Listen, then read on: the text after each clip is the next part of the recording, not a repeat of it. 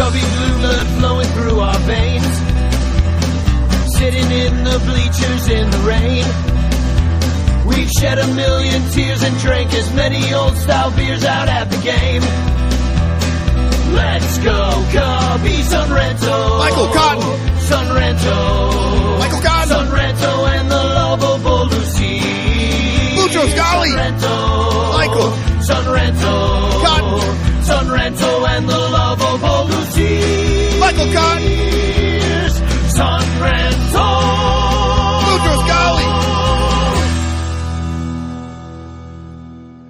Swerski.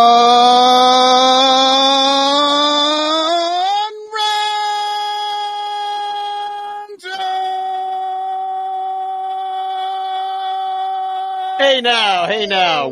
Welcome to the Ranto Ranters Roundtable / Cubs Autopsy. My name is Danny Rockett. That was Michael Cotton. This show is brought to you by our 113 Patreon supporters. Blake Beard's tickets at the Blake Beard on Twitter for all your Cubs tickets next year.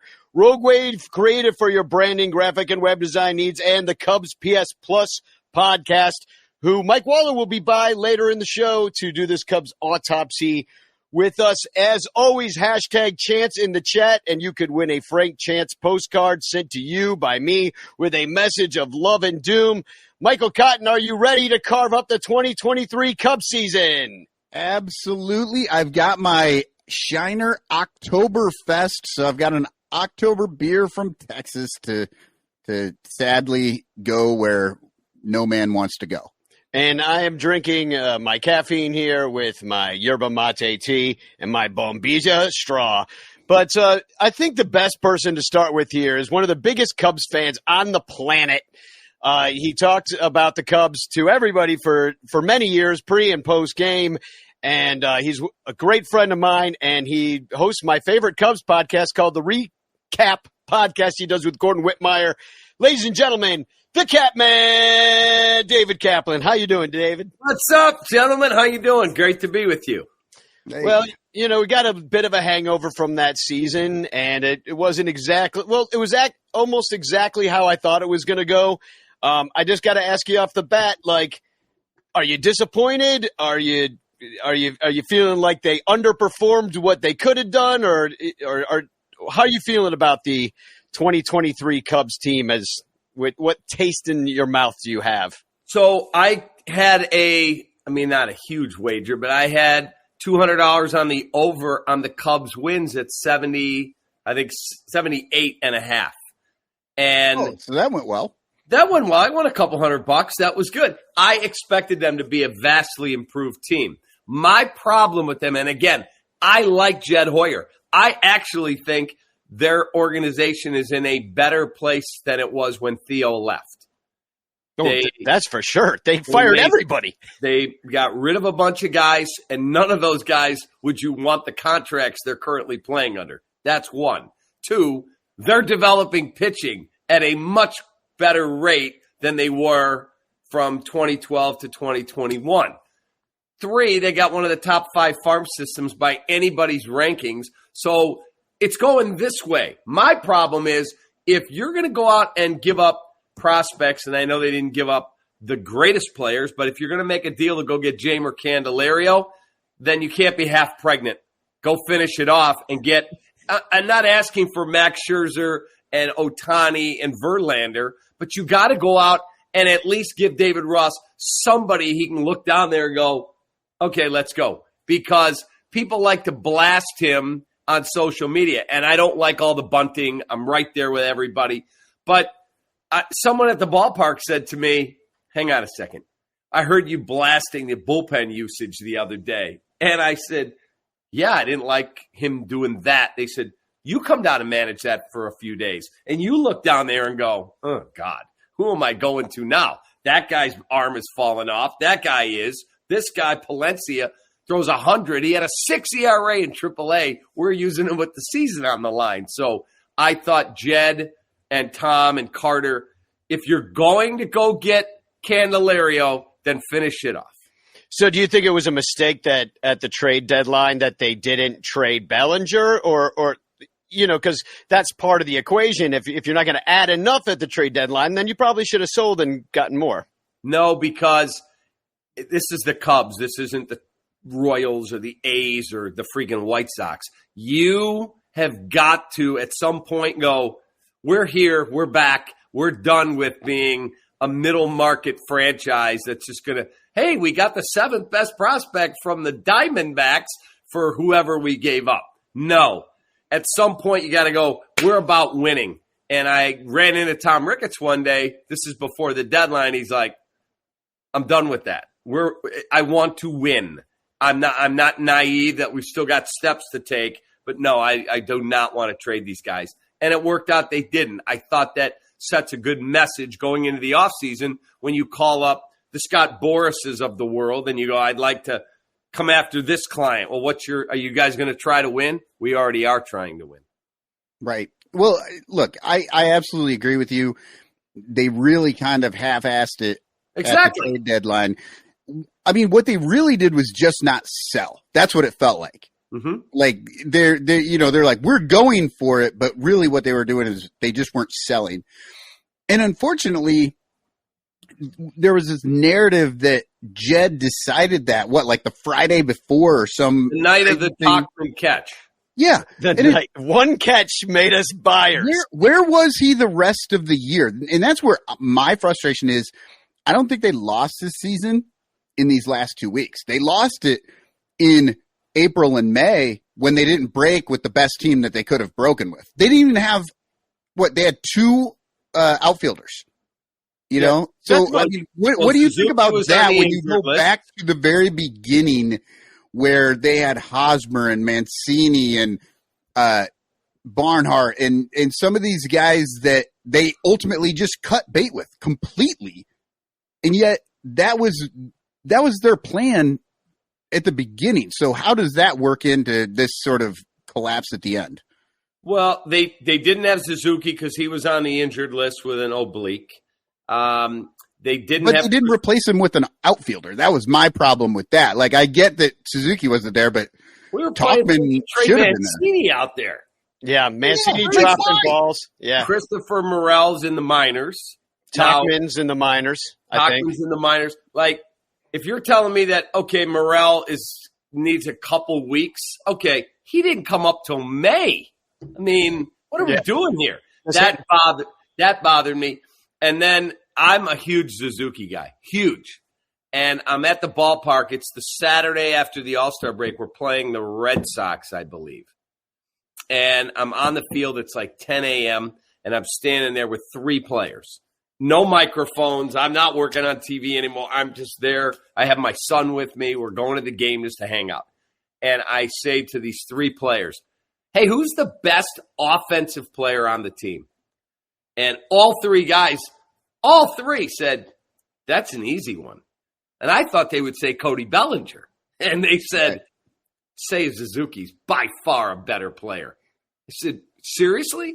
They said, just wait till his oblique is 100%. He's been playing through it, and he's feeling better. You watch. And one of the players said to me, you like to gamble, right? I hear you on the air. I said, oh, yeah, only in days that end in a Y. He said, well, if there's a way to bet on Suzuki's second half, put your money on it because he's going to be a beast. He was right. He was a beast. And we saw that at the end of the year, of course, when he was just one of the best players in baseball. He kind of took over where Bellinger sort of left off at that point. Right. And, I want to talk – first I want to bring in some friends of ours. Cap, this is almost like this is your NBC Sports life because here comes Luis Medina and Michael Cerami. Oh, yeah, my guys. Cerami and I were on the phone the other day for like a half hour. You guys have no idea. I get they're not drunk calls. They're angry calls from Cap after the Cubs. What the hell is your team doing? This is your bullpen speech. This is our team, pal. He tweets about the fantastic, I think was the word, year that Dansby Swanson had. And I tweeted, hey, Sparky, he's a solid, really good player. I'm glad we have him. Fantastic. He hit 240-8. 22 homers, 5 WAR. 99 OPS plus. I love debating with him on the phone. We have a good time.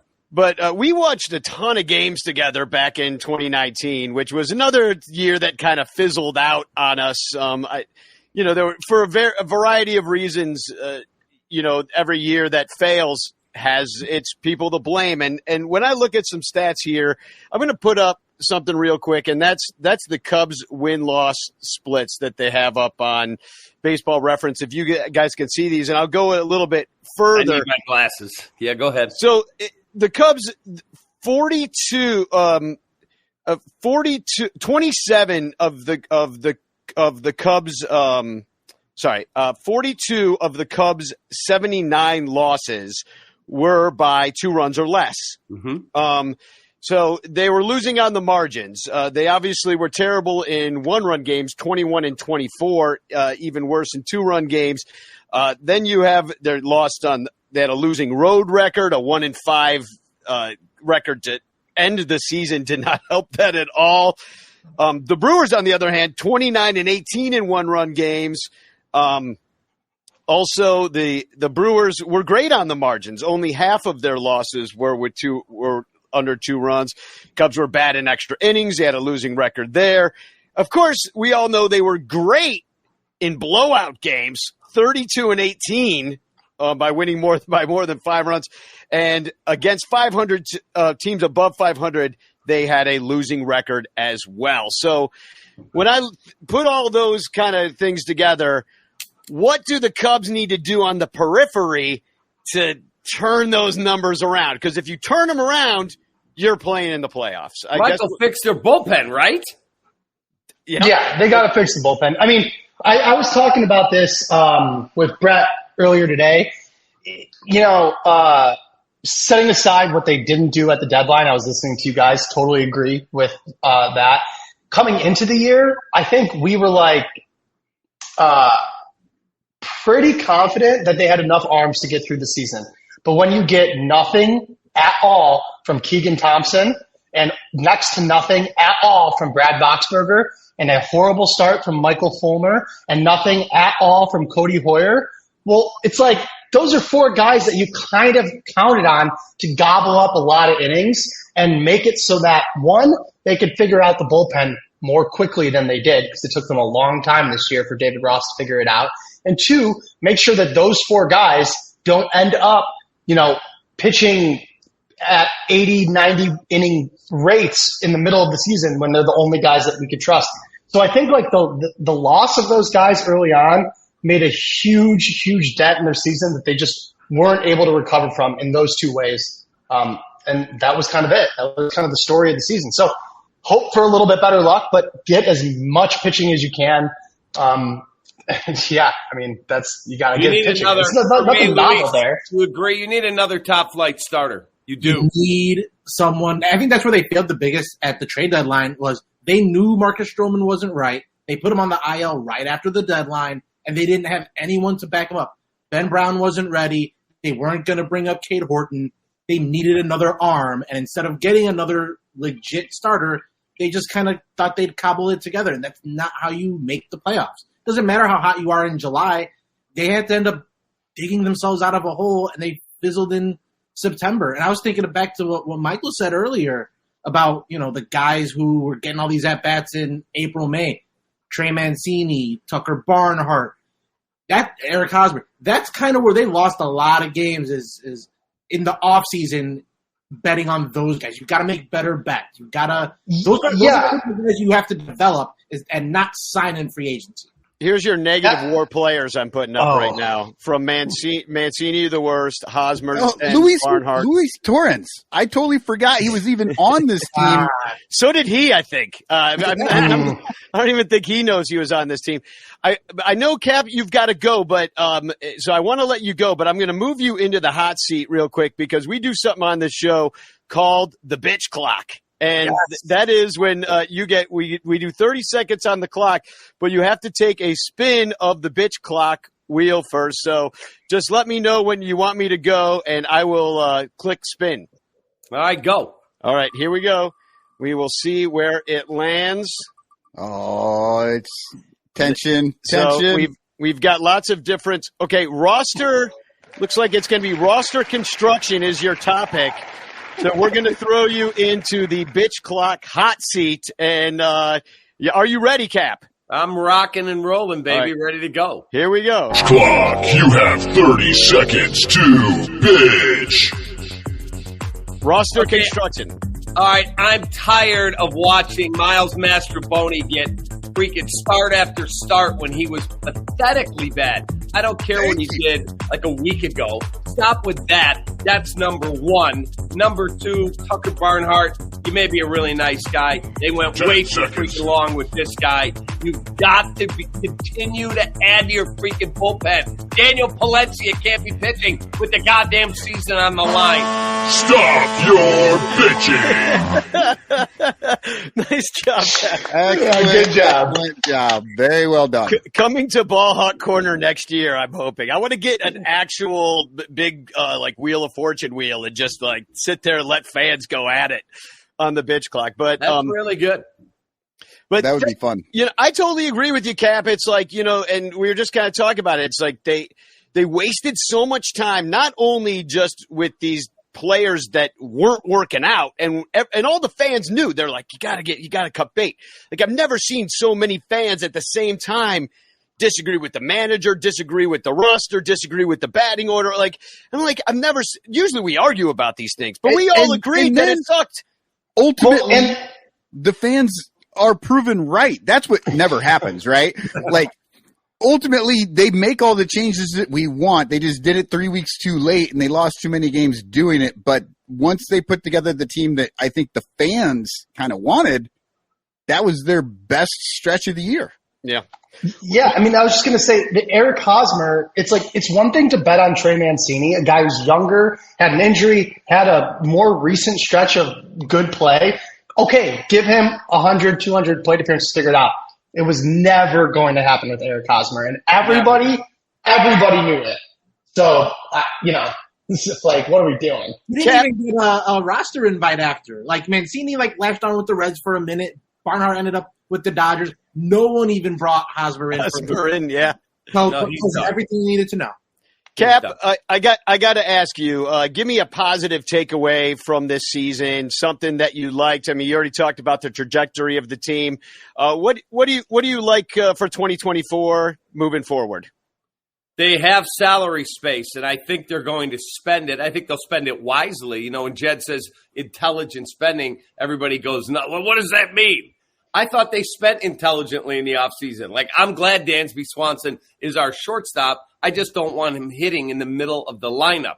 And I said to Michael the other night, if you look at the Braves and the Orioles, just pick the top teams. Other than maybe Seiya Suzuki, we don't have anybody at the end of the year, the way they're playing, that you go, oh, he'd be in the top 3 or 4 on that team hitting. Like, Bellinger cooled off dramatically. Seiya is the one guy that might be a difference maker on the really good teams. We need a freaking star. Cerami had a great idea. Let's go trade for Juan Soto. I'm in. Yeah. No, It's going to happen. Somebody of that caliber, I totally agree. Just real quick, I'll put up who our stars are. These are the only Cubs in the top 10 in MLB in anything. And Bellinger is 9th in slugging, 6th in batting average. You got Happ with walks.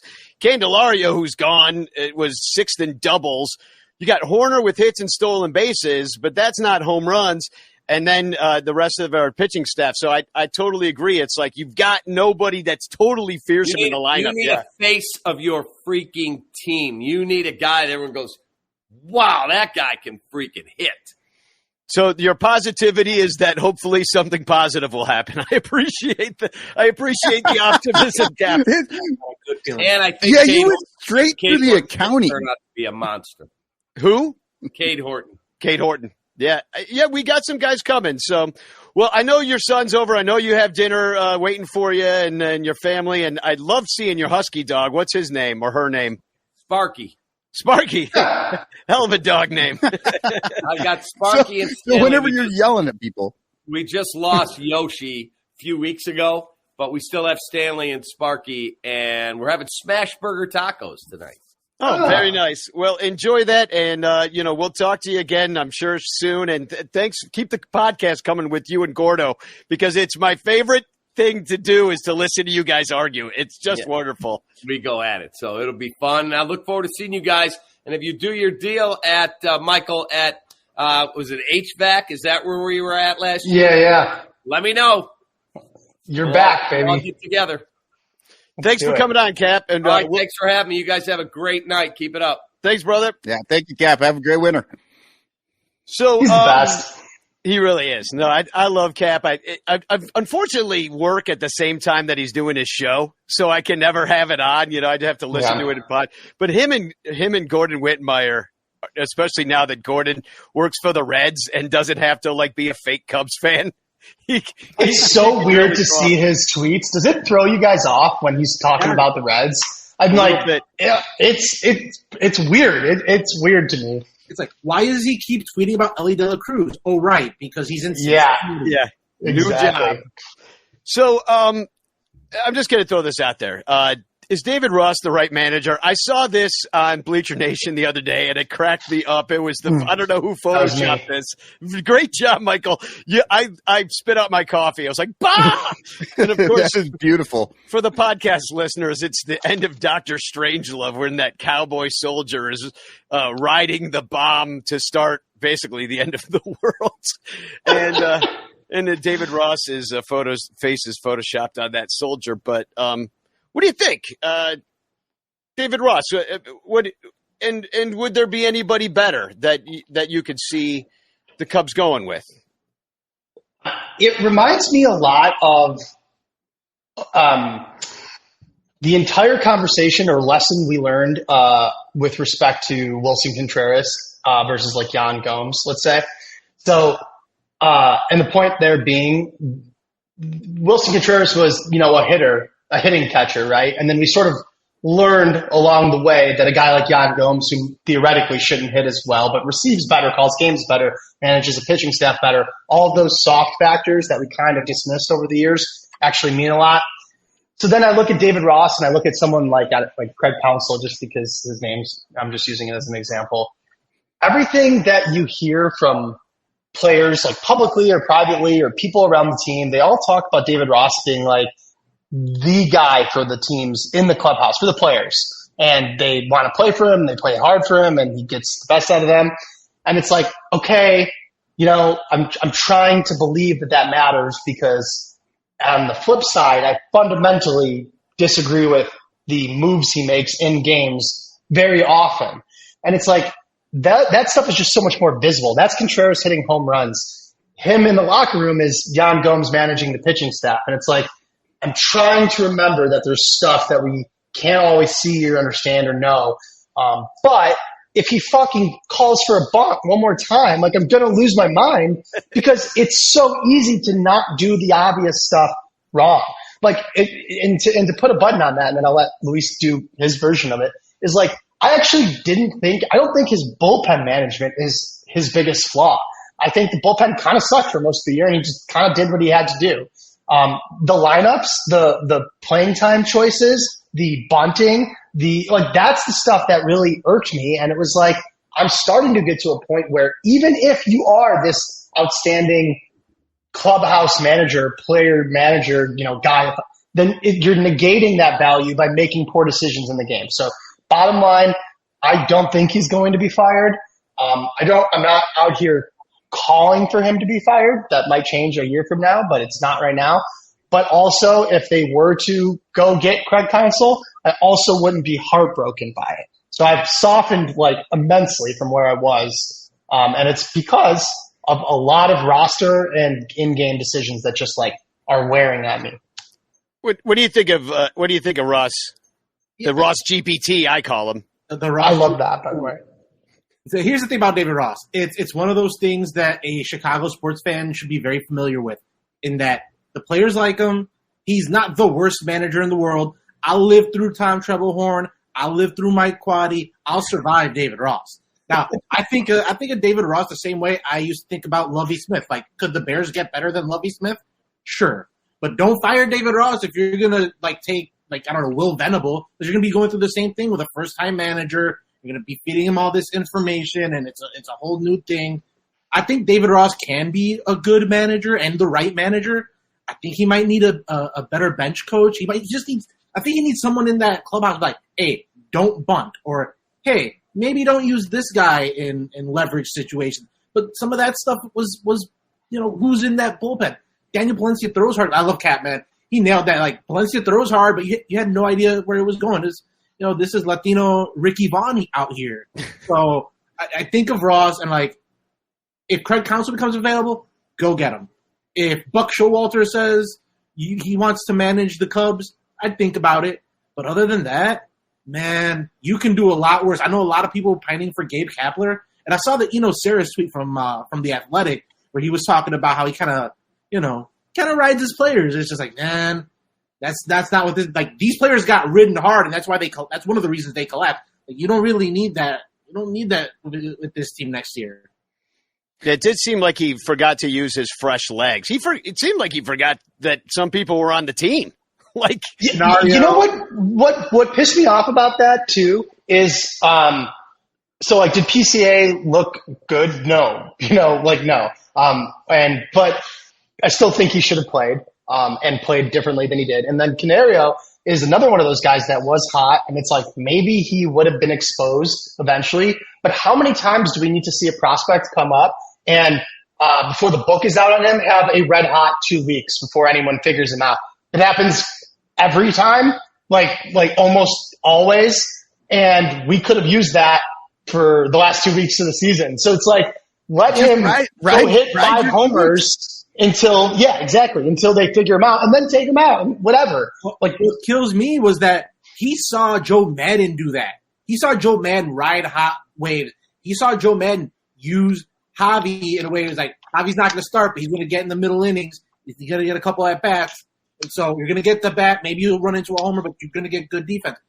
I don't know why he didn't do that with PCA or Canario, because I'm just like, he saw how this worked with a championship-winning team. It's like, why didn't you do that? Meanwhile, he loves veterans. I mean, he does love veterans a little too much sometimes. Here's my issue with the manager thing. Everybody's calling for David Ross's head. I don't think that's the issue. I'm done with the Jed Hoyer experiment.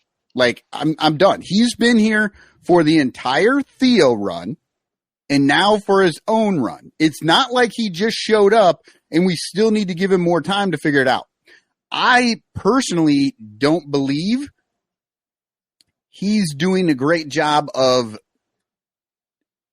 maybe evaluating exactly what he's got right at the time, like bringing up the right guys at the right time, stuff like that. Well, it seems like there's a cohesion. I wonder if that's a problem that he has with Ross as well. Maybe they're not on the same page.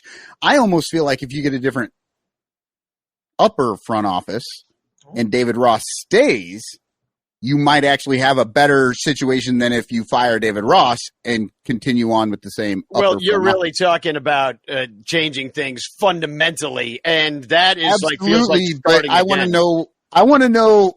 I want you guys. This is your chance to tee off on the noob over here talking shit about Jed Hoyer, because lots of people like to do it. I want to give you guys a chance. Let's add Jed Hoyer to the bitch clock wheel then, and I'm going to put Luis in the hot seat first, and we're going to start the bitch clock yet once again. But first, here we have to take the wheel out here. I've got to get everything situated here. So I will add Jed Hoyer to the list here in case you get him. I don't know if you feel like you could bitch about him, Luis. Oh, I think I can. But let's take a spin of the wheel. Round and round she goes. Okay, what do we get? Oh, the bull penis terrible. It looks like we're going to come up with the bull penis terrible. Are you ready, Luis? Clock, you have 30 seconds to bitch.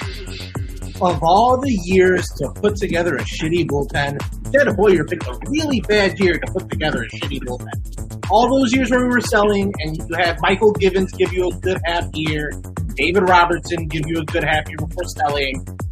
Where were those guys when you needed them? Where was this year's David 10 Robertson? seconds. Julian Mariano was good. Edward Alzolay, they wasted way too many bullets in no leverage situation. what a waste of a year. Stop your bitching. So it seems to me that you had a little bit more of a problem with the bullpen management than even Michael did. Yeah, I had issues with that Yeah. bullpen management. You know what the biggest thing is? They were lucky they stumbled into Albert Alzolay being the closer. What were they going to do without that happening? That's true. I mean, seriously, he was the third guy they tried. Didn't we say in 2019 that was a potential? Like, if he doesn't make it as a starter, he's got. Oh, yeah, of course. 2019. Why did they wait so long? No, that's not my point. My point is they got into this year. It didn't work out with Michael Fulmer. Keegan Thompson was gone. Cody Hoyer was a closer to be. He was Boxberger. gone. Boxberger, they tried. It was like Mark Leiter Jr. ended up being like a late. If Albert Alzolay didn't take the step forward, we all thought he could do it, but it was not the plan. If you look at the beginning of the season, he was used in low leverage, multi-inning appearances. He was not part of the closing plan, and they stumbled into that. So that made them look even better than they were lucky. You know what I'm saying? They lucked into that, and it wasn't great. They're like guys like us saw it. Why he was their best look. Like it took a couple of low leverage. Like okay, like let's get Alzolay up there, and they kept rolling him out for these 2-inning blowout appearances. Like why? Yeah, that's my point. And Luis, when you were ranting, it made me think about something. You reminded me of all these guys that had those good first halves, and then they moved on. But if I remember right, a lot of those guys didn't go on to have good second halves with the team that they went to, and maybe Robertson did. Robertson did, but Gibbons didn't. Guys in the first half, you could have won some more games in the first half that you lost, like that Houston game. Yes. No, it just makes me wonder, like, maybe the plan went right. They just didn't get rid of those guys at the trade deadline, and then we got it. Well, the Marlins games, too, the bullpen blew early on in the season. It was a horrific May, a lot of bullpen. At the end, of course, the epic collapse of September was a lot of bullpen. But, Michael, Brandon Hughes, too. That's another name we haven't brought up. And that was a guy they were supposed to, be a big deal this year. I can show you real quick, and just the sheer amount of number of people. This is everybody that pitched out of the bullpen, including Miles Mastrobuoni is funny at the bottom there. It's so small that you can barely even read it. Tucker Barnhart, 4 innings. 4 innings like that. That does not bode well for your season. Julian Merriweather leading. This is sorted by innings pitched. 72 innings. That's a lot for a guy that you didn't even know was going to make the team out of spring training or not. So I do want to. We have to take it to commercial break, but before we do, I want to put Michael Cerami in the bitch clock seat. So I'm going to share my bitch clock screen. And anything you want me to add to this bitch clock? We have Marquee Network. Ricketts is cheap. Bullpen is terrible where they did. Not playing the kids. David Ross we talked about. Run differential. September collapse. We got anything to add here? On Marquee. Whatever. I'll bitch about anything you got. Let's see what we got to bitch about. All right. We have... Ooh, I like this one. The September collapse. All right. Clock, you have 30 seconds to bitch. You can't blame the tiredness of your key players as a primary reason for the collapse of your team when you refuse to otherwise rest those players at any point throughout the season, despite clear evidence that they are not at their best or the best versions of themselves, or evidence of other players taking rest earlier on in the season, like Seiya Suzuki coming back healthy and more effective. Dansby Swanson played way too much. Ian Happ, Nico Horner, they all played way too much, and that's what led to the collapse in September. Man, 30 seconds is hard. Amen. Amen. Well, it used to be 60, but I didn't have time for that. I got like 15, 20 guests coming on this show. That's a lot of time, yeah. So I'm like, we got to do 30-second bitch clocks. I mean, Sara Sanchez alone could do 15 minutes and never stop. Like, she's incredible. But so I know I completely agree with you. Can you guys hang out a little bit longer? Yeah. Or do you got to go? Because if you got to go, you got to go. That's fine. But I'm going to do a commercial, and then I'm going to bring Crawly on. If you guys can do another 15 minutes all together, I'd love it. I can do it. I can't do it. I'm getting eyes already because the baby's trying to sleep. I understand. Well, then I got to play you your outro music before I play the commercial. So, Michael, thanks for coming on. Luis sticking around. So, but it's great to talk to you. I'll see you, I'm sure, this off season. We'll definitely party a little bit. But I miss doing a show with you, and so it's fun to do even a little one a little bit. So here's a blast from the past, a theme song, and then a commercial, and we'll be right back. Outside the ivy, coming out of Wrigley, rooting for the Cubbies. Outside the ivy, outside the ivy, outside. Welcome back to the Ranter Roundtable Autopsy. We're here. I'm Danny Rockett. That's Michael Cotton to my right. Over here. Luis Medina from the Bleacher Nation blog is here. And Bleacher Nation's Taylor Swift expert is expert. Yeah, we got to talk about that a little bit. Dating a football player. How do you like that? Yeah. Hashtag chance in the chat to win a Frank Chance postcard sent to you by me. And welcome our co-host, Infield Fly Girl. Hi, everybody. Did we share what we're drinking today yet? Yeah, what are you drinking? I am drinking some boxed wine because it's cheap I haven't seen the and not very good. And when it's all over, you don't feel good. Sounds like the Cubs. I really wish those boxes had that little straw, like in the sun, Capri Sun, and you just stabbed it in there and just sucked it out of the straw. That'd be great. Well, we did that in college. We engineered one just like that. That's what we did. Well, I love it. I'd like to bring on a good friend of ours, former co-host of the Ranto show, always here in our hearts. It's Crawly. I know the day after of the season, the Cubs don't play anymore. It's always a tough day for Crawly. From the Fly the W podcast, what are you drinking and nursing your sorrows with? Spotted Cow. Of course. Good call. From our abandoned trip to Wisconsin, I brought some home. Yeah.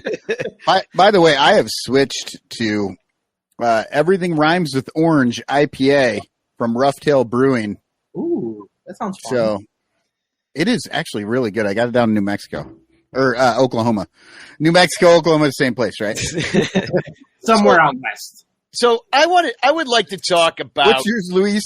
Hold on. He was showing it, but I couldn't quite see it. It's Harold's Honey Ale. Oh, yeah, by Jay Westbrook. Yeah. The Black Beer Baron, Jay Westbrook brewed that stuff. It's absolutely amazing. It's a top 3 beer for me. Hold on. Nice. It is. It's really incredible. And they have that on tap, I believe, at a couple of breweries, too. Yes. So I want to talk about the hitting, the Cubs batting, and I'm going to put up really the guys that led the team. We lost the Cubs. So homers, it was Belly. He's probably gone. Then Bellinger led in batting average. OBP was Tachman. OPS was Belly. Strikeouts, Swanson actually led the pack with that, which is a little disconcerting. Hap was really, I think he was 6th most walks in the majors, 99 walks for us. Tachman had the best walk to strikeout ratio. Horner stole the most bases. Belly, 97 RBI, leads it. He also scored the 2nd most runs, Horner did. So really between Horner and Bellinger, with one of those guys being gone, what do the Cubs have next year without Cody Bellinger? Problems. Big problems. I mean, and not only that, it's just, you didn't know coming in that he would have this massive resurgence, and he's definitely going to be the comeback player of the year. And so, I just imagine, Scott Boras walking like Scrooge the Duck, counting the dollars, getting ready, because that's going to be a big old payday. And I really don't see the Cubs being in on it, to be honest with you. even though it's a position that they need. I mean, we saw what PCA did when he came up. It looked a little bit overmatched by hitting. Maybe needs a little bit more time to cook, or at least somebody to back up and take meaningful at-bats if he can't do it. And also a first baseman the Cubs don't seem to have either. So, I mean, even though he fits the mold in the way he fitted this year, you don't see that happening, Crawly? Nobody's going to like to hear it, but, San Francisco got left at the altar with the Carlos Correa thing, and they just fired Gabe Kapler. They're going to want to make a huge splash. And then the Yankees, I mean, if you read anything about New York shit, they're pissed off. And then I'm always scared of Big Daddy Steve Cohen coming in and just swiping in and grabbing whatever he wants. So, I mean, do I think the Cubs are going to, be in on it? I'm sure at a certain point. But, Danny, you and I have gone to Club 400 and they have those auctions, and at a certain point you just step back and let those guys swing at it. I would be very surprised if the Cubs end up with Cody Bellinger on the team. That would be surprising to me. That'll be disappointing if he's not. He's great center fielder, great first baseman. And really, honestly, I know it's not a popular opinion, but if he's just your first baseman moving forward, I'm not going to complain. Like, I had Grace and Derek Lee and Rizzo. Through my lifetime, the Cubs have had great first basemen. They have not had great first basemen since Rizzo left, and it mattered this year. There were games where, like, defense at first base mattered, where Patrick Wisdom or Jamer or Mancini or even Hosmer. Like, if you had Cody out there at first, you'd maybe win a couple more games. And we're having a playoff conversation and not an autopsy conversation. No, I'm not saying it's not going to happen. I'm just a sad drunk today. Well, what else is new? I mean, I just started drinking, and I'm with you. I feel like the Cubs will put enough rumors out there that the bloggers will be able to say that they tried really, really hard, but that they got outbid by another team that wanted it more. Well, I mean, look at this WAR list here. I mean, he was 4.4. This is B WAR. 4.4 B WAR. Dansby and Horner were above him in WAR. And then it falls off pretty significantly with Happ at just under 3, Suzuki under 3, overall, Tachman as well. So, I mean, how do you replace that and sell people you're competing? If you're not going to show up for Belly, there's Ohtani is out there. I know that, we would all like him on the team. I mean, what will they do? They can't say they're competing and just hope that PCA turns into the Rookie of the Year, right? I mean, what concerns me is that the free agent market to me looks real weak, weak. And I just think that like literally it's like Ohtani at the top, no doubt. And then you go right down, you got Bellinger, and then everything else is a steaming pile of shit. And literally it's going to be everybody all in on those two guys. And that's it. And that's, I wish we've been around long enough to know that they're not just going to write a blank check. Not going to happen. So, what's going to happen, I don't know. But I do want to say hi to the Ranters because I love these guys. They're absolutely amazing. And I saw that Blue Dabs 420 had some interesting things, talking about how Cody prefers to play center fielder, and that's something to keep in mind too. And just some other things, man. And the idea that the Cubs need a 40 home run corner infielder. I was so impressed with how Seiya finished the year, minus that missed catch, the Brant Brown moment. But in general, when I was on the show, I'm not a big Ian Happ guy. I thought the extension was a mistake, just considering what they had in the system, what I was looking at in the farm system. And so, to me, I felt that Ian Happ this year, taking a step back, both with the bat and the glove, really hurt the Cubs this year, in my opinion. Yeah, and left field that's kind of one of those positions that you can kind of move guys in and out of just to get the bat in there, right? Absolutely. That it doesn't have to be necessarily the best fielder in the world. That's nice when you have one, but still, you're just looking for like a second DH or something like that out in left. And with Happ, you get the switch hitter, batting third, and then when he bats righty, he's under league average player. So it's only good from the left side. So, yeah, I agree. It's kind of like taking up a little space. I want to bring another voice into this conversation, and that's my co-host on the Cuppa Cubbie Blue podcast and part of the Bleacher Bunch network. If you're not subscribed to that, you should be. The Bleacher Bunch is where you get all your Cubs news. Also, Fly the W and Bleacher Nation. We got everybody here. We all get our news from each other. Actually, I get the news from you guys, and then I make fun of it. Is really what happens. But Sara Sanchez here. Sara, how do the Cubs improve themselves offensively next year? Is it going to come from the rookies? Is it going to come from the free agent market? Is Big Daddy Ricketts going to write a check? What's going to happen?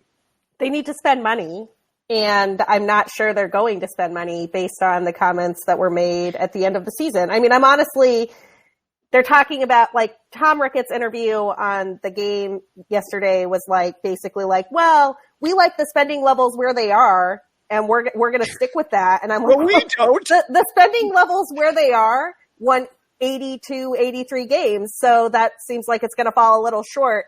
This team is nowhere without that whole Cody Bellinger hot streak in May to August, literally nowhere. And you pulled Cody Bellinger's bat out of that lineup, it's a 400 win percentage team.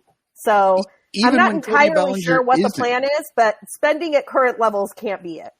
You don't believe in Mike Tauchman, Sara? Is that what you're trying to say? Dude, I love Mike Tauchman more than anybody this side of Wilson Contreras. And no, I do not think Mike Tauchman is going to save the Chicago Cubs. They need a center fielder. They need a first baseman. They probably need to re-sign Jeimer Candelario. They definitely need at least 2 lefties in the pen. And they might lose a Stroman or a Kyle Hendricks, and then they're going to need a pitcher too. So I really don't see how they keep things at current spending levels and get better. I think that the other thing about losing Cody Bellinger is that I think that if Taylor Swift was to date a Cubs player, Luis, I think it would be Cody Bellinger. And so I think that would have easily pushed the Cubs up to the 3 million in the attendance mark if Cody Bellinger would date Taylor Swift. She would absolutely be failing if that was her choice. Christopher Morel all day long.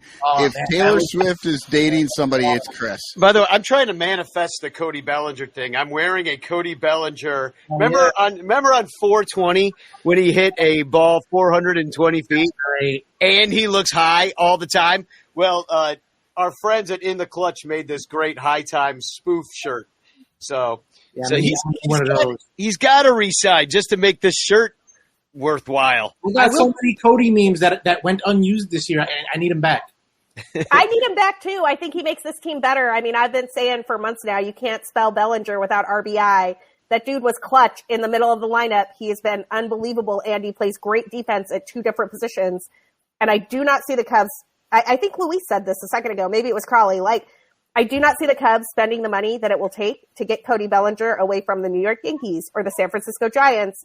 And I'm not sure who else they can even the Dodgers again, or trade for that will have that kind of impact on this lineup. And I'm sorry to all of the prospect people out there. I do not think Pete Crow Armstrong or Matt Mervis can replace Cody Bellinger. Yeah, no, I don't want to see, with all due respect to Matt Mervis, I don't want to see 500 plate appearances of that guy.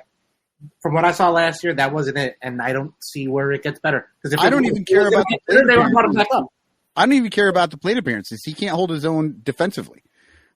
Cody Bellinger, when he finally got his opportunity, and I'm going to call it an opportunity, whether he wants to play first base or not, he's a damn good first baseman. And sometimes you just got to tell a player, this is where we need you, right, Nico Horner? And, but he goes over to first. He could be an all-star over there. He was hands down. It was easy to see that he was the best first baseman on their team. They had tried Mancini, Hosmer, Mervis, and Young before they got to him. Well, who do you, if not Bellinger, then who? That's just it. You don't have somebody coming up if it's not going to be Mervis. And I don't know, they didn't bring him back up, so it seems like they weren't high on him. Maybe he can play his way onto the team at spring training or something like that. Or, but if that's the plan, none of us are going to be for it. It's Hayden McCreary. Yeah, well, and then, you've Hayden, got who? Well, and then the other question, of course, is third base. because we got a lot of people talking in the chat. It's Madrigal seemed to be the guy that you went in there with every day. And I'm sorry, we have a third baseman. Chris Morel, I think should be the third baseman. Here's my hold on. I see Luis rolling his eyes on the Christopher Morel. I love Christopher Morel. I don't think he's ready to be an everyday third baseman. I think he's best in the Javi role. Me and Danny have discussed this a bunch. You can start him at second, third, short, all the outfield spots, DH, a different spot every day. You don't even need to start him. Bring him in the middle innings. But you saw what they did with Nick Madrigal. At the beginning of this season, did you think Nick Madrigal was going to be a good third baseman? He's still not a good third baseman. Well, true, but I mean, he was position and didn't make errors, but he also didn't make stellar plays all the time that we were like, "Whoa, that was great." See, if he sees a baseball field 25 times in a season, he yanks a hammy. Yeah, exactly. No, I think Christopher Morel has because of who that guy is and what he does, I do believe he's got the opportunity to be that guy that makes these big plays. I think he'll also be the Javi that sometimes doesn't make those plays. But I think if you just give him the opportunity to play the position that he came up playing, he'll be better than Madrigal, and they let Madrigal play every damn day. And Patrick Wisdom got some starts over there at third base, and he struck out a bunch and he hit, and I think he was second in home runs with Morel. So out of that third base, Morel was at 26 with Cody Bellinger. With Bellinger, yeah, and he played in 23 less games. Than Bellinger. Homers went Bellinger with 26, Morel with 26, and Wisdom with 23, and so pretty basically one out of every 8 times that Morel is Aramis Ramirez. Morel is like Whoa. he is. All the Latinos on the call. That's some blasphemy, man. I'm telling you. I have an idea. How Morel's about your guy? Aramis Ramirez didn't get there by not getting to play third base. I love me some Christopher Morel. The bat is special. The swing is sweet. The power is exponential. He is not Aramis Ramirez. Aramis Ramirez is whatever the tier right below Hall of Fame is, that's where Aramis Ramirez lives. And Christopher Morel aspires to be an all-star someday. But he can't get there if you don't allow him to do it. That's my problem with the situation, is that they just won't let him play the position.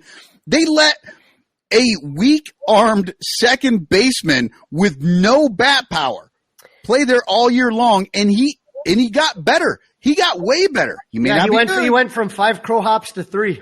I have an idea. He may not be good, but he got better. And a guy like Morel, I think he could actually become special. And it drives me nuts that he's a good enough athlete. He can play any place on the field except for the one position that he came up playing. It still drives me nuts that Magical got a bobblehead before Ian Happ. What the hell? I couldn't give that thing away. I tried to give away a Madrigal bobblehead at a Bleacher Bum Band show, and whoever won it left it there. And then I'm like, "Oh, come on!" We need a bobble hamstring for him, where his leg just wiggles. It's like Operation.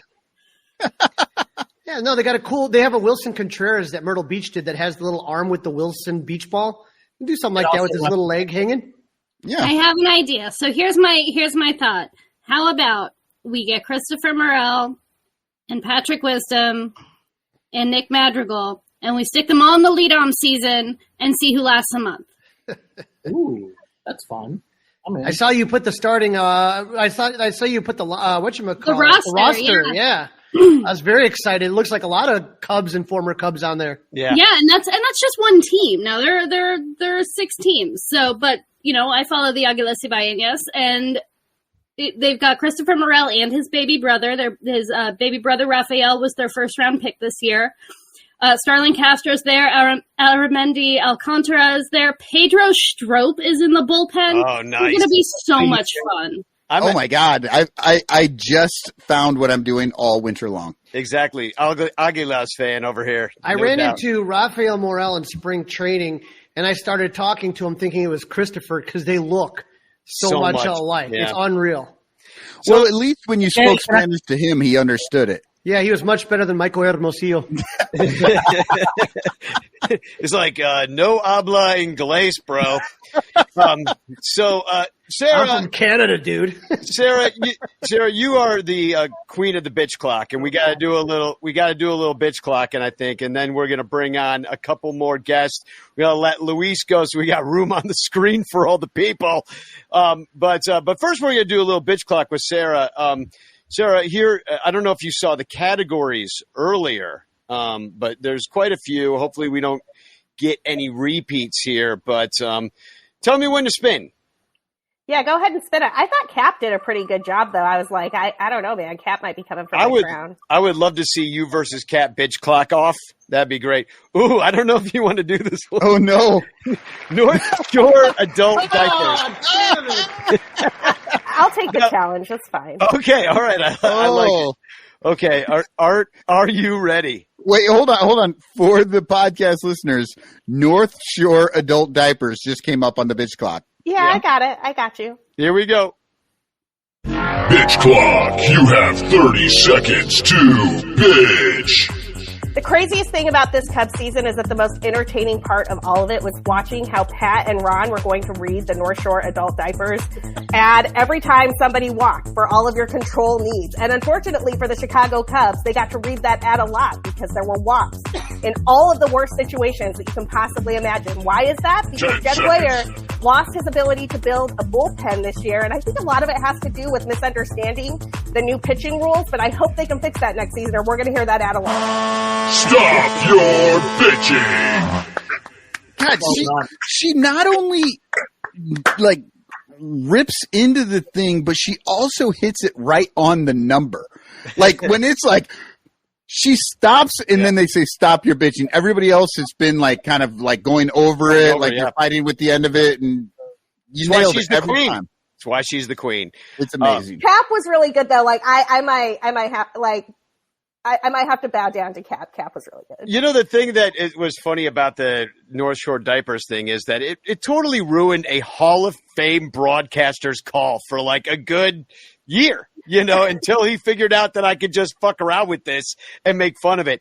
But I always thought that walks was inappropriate to be sponsoring diapers. It really should be runs, don't you think? Hey. Just saying. Don't give them any ideas, Danny. It's already awkward enough. Yeah, well, the Cubs don't score a lot of runs. Crawly, how about you in the bitch clock? Are you ready to take a spin? Yeah, let's take a spin. But man, North Shore adult diapers, that's a good one. Let's see what we get. Round and round she goes. Where she stops, only the bitch clock knows. Oh, this is good. Oh, Cubs Twitter. Nice. Crawly, all over the Cubs Twitter. This is perfect for you. Yeah. Is Braves Twitter on here? Bitch clock, you have 30 seconds to bitch. I can tell you one thing about Cubs Twitter. I've never seen a bigger whiny bunch of bitches in my life. Everybody's trying to top themselves to see who didn't quit first. Congratulations. You're all just blowing smoke up your own asses. Really, if you really want to care about a team, then go to games. Stop doing it virtually. I understand if you don't live there, but how many of you people that kind of put pictures and all that stupid shit up there don't even go to a fucking game or never drink a beer at Wrigley? Go to hell and quit your fucking bitching. That's my bitch clock for you. Yeah. Oh, he finished with 1 second. He's like, that's all. Stop your bitching. Just early, you take points off for that. No, I don't know. Like to drink a beer after the drink was good. That was good. After tearing down Cubs Twitter, like pretty. I'd say that was a nice teardown. I will say after that rant, Crawly, there is a guy in Iowa somewhere with one tear rolling down, going, "I can only go to 20 games a year." Oh, and he takes people's seats. But you know what? Hey, go to see Alex Cohen in the Iowa Cubs. The Des Moines, man, the city. The S's are silent, but the city's buzzing. Because they have a problem with their power structure. I don't know what's going on up there. So we're going to take another quick break, and then we're going to say goodbye to Luis. Luis, thank you so much for coming on the Sun Ranter Roundtable Autopsy. You're just one of my favorite people in the world, and it's always fun to talk Cubs with you. So always a pleasure. One last Christopher Morel note: 37 home runs in AAA and the majors this year. Maybe we should give him a shot full time. I'm telling you, Luis. I'm open to it. Christopher Morel's my guy. I'm open to it. So we'll be For it. we'll be right back. Hashtag chance in the chat. We'll be right back. Hey, Danny, I just want to thank you for not putting me on at the same time as that bastard Eric Wielo. Oh, he'll be on at 8:30 if you want to stick around. Jesus Christ. So he started like tagging me on all his anti-Cubs shit. And then all of a sudden I got like this other Milwaukee comic. I thought that bit was taken. You're fucking lucky that Danny didn't give you his phone number or give him your phone number. I get texts from this guy now. I did. I gave Eric Wielo Michael Cotton's phone number. Messed up. Because Michael texted me. He's like, "Did you give Wielo my number?" I was like, "Yeah, sorry." So I get elf real tags quick, all the I'm just time. going to interrupt if I can. I'm sorry. I had a really great question show up in the chat. We just mentioned that a bunch of Cubs are going to be in lead-on this year. Dominic Galora wants to know how you can watch those games. It's so easy. Used to be a whole thing. You had to like buy a subscription. They're right on MLB TV. Now, you can't watch them on a delay. You have to watch them live for reasons. But they're on MLB TV, usually on at like 6:30 Eastern time. And that's every day but Thursday. They take Thursdays off, so everybody's nice and rested for the weekend. Sunday Wait, games are they usually, take one day off a week? yes. Who had an idea like that? I don't know. That would be every major professional league on earth except for MLB. except for Major League Baseball. And also me. Japan, Taiwan, and Korea don't play on Mondays. Lead-on doesn't play on Thursdays. Yeah, very cool. Brilliant. I love those games. And if you're practicing Spanish, like I'm always practicing Spanish, it's a great way to learn Spanish, too, because they call the games in Spanish. So, And if you are a member of the Sun Ranto Patreon supporters, you, my friend, could be a part of us watching those games. If you're having a hard time finding them, maybe we could find them for you. we'll throw a few up on our feed so that you can listen and watch with us. But it's going to cost you a little bit, but it's absolutely worth it. It is such a good group, and we do wonderful things like this. And our season doesn't end on October 1st, 2nd. I'll tell you, I am impressed with the MLB app now. I think MLB is 100% worth it as far as all the minor league stuff, all the Latino baseball and stuff like that. It's like, I'm like, it's great for everything except for actual Major League Baseball. With the blackouts and everything, yeah. I mean, that's the only thing that it can't really do. Did y'all see yesterday they just like were waving blackout stuff? They're like, yeah, we're just going to let everybody in the state of Michigan watch Miguel Cabrera's last game. And I'm like, okay, that's great. And also, you can do that and you don't do it more often? Like, what is this? Yeah. Well, I would like to bring another friend and voice, a great Cubs blogger. He runs Cubs Insider, where they amalgamate all of us, all the podcasts that the Cubs, that the Sun Ranto Show puts out, and many other Cubs podcasts. And here's Evan Altman from Cubs Insider and The Rant, also known as Patio Dad. Evan, how are you holding up after that disappointing Cubs season ended? Man. I mean, I felt like I wanted to kind of have hope, but given all the circumstances that were there, I'd pretty much given up on it after that first loss to the Braves, regardless, because, after they won, it didn't even matter. So it just kind of,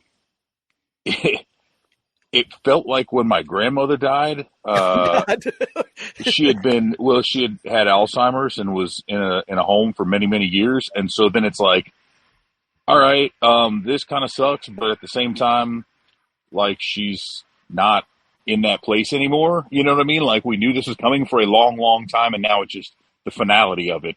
And the Cubs, this whole month of September has been this death march. So I was like, I don't want to watch this team in the playoffs. So it's like September was basically hospice for the Cubs. Yeah. That's kind of what you're saying.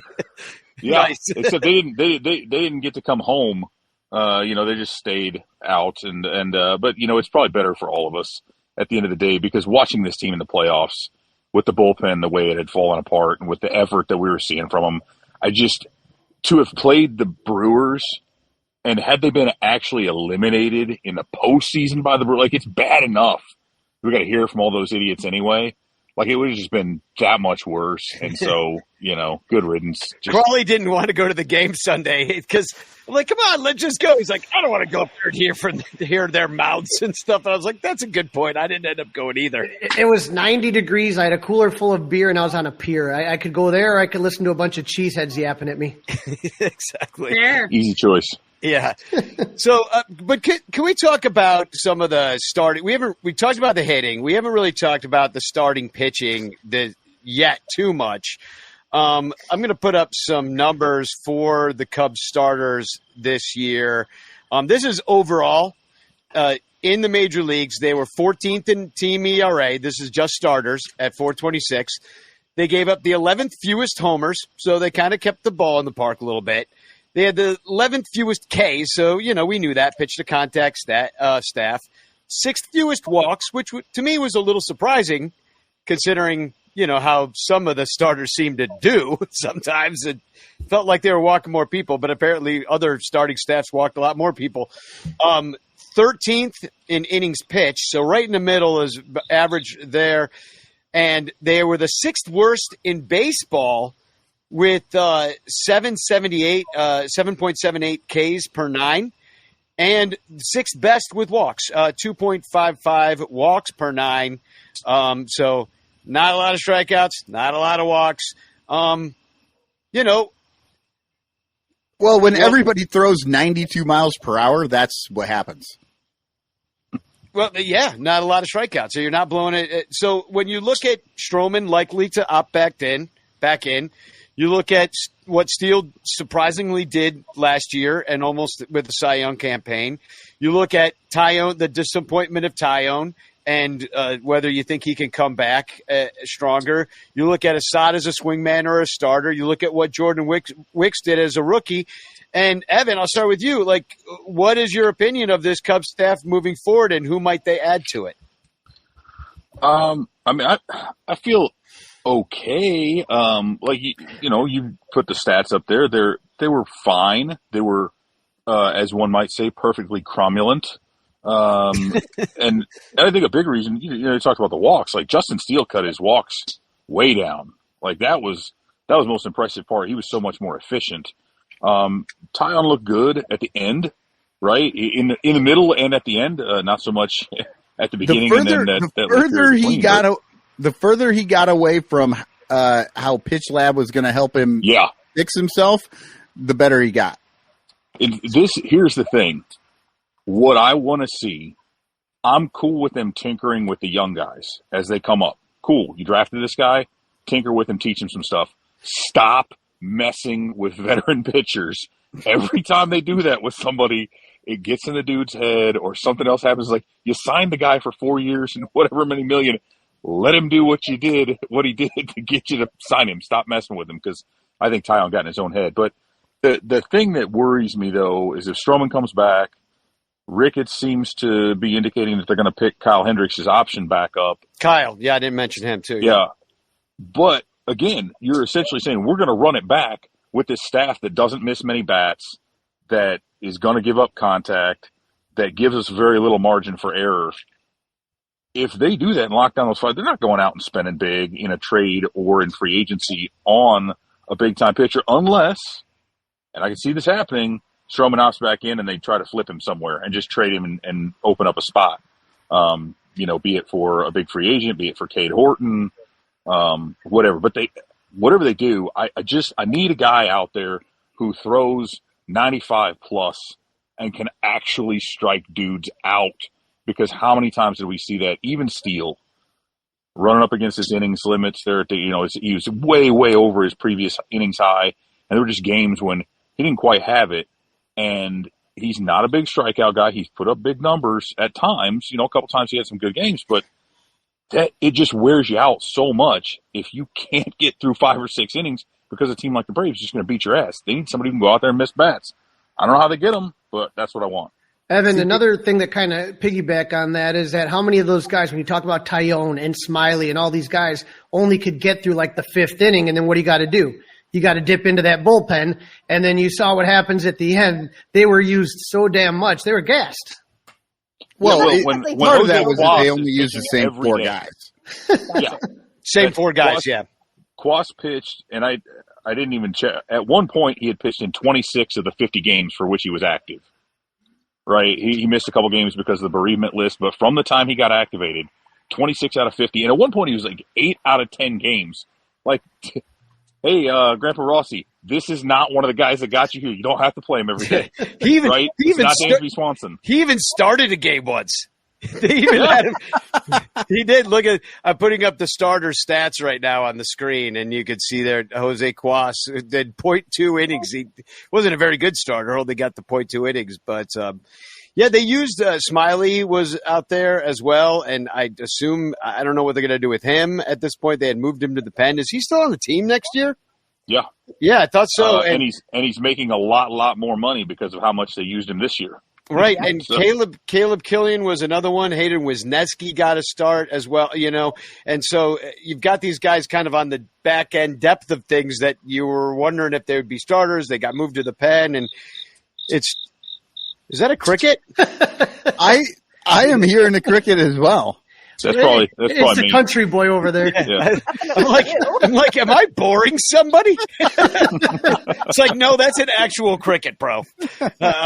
So anyway, it'll be interesting to see. I agree with you that I think they need a lot more, and they need somebody to go to the front of the line of that staff, like a real ace that can throw 95, miss a bunch of bats, and slot everybody back so that depth at the back end is really just depth and not who you're counting on down the stretch like we saw in the collapse in September. I want to bring on a couple more voices here.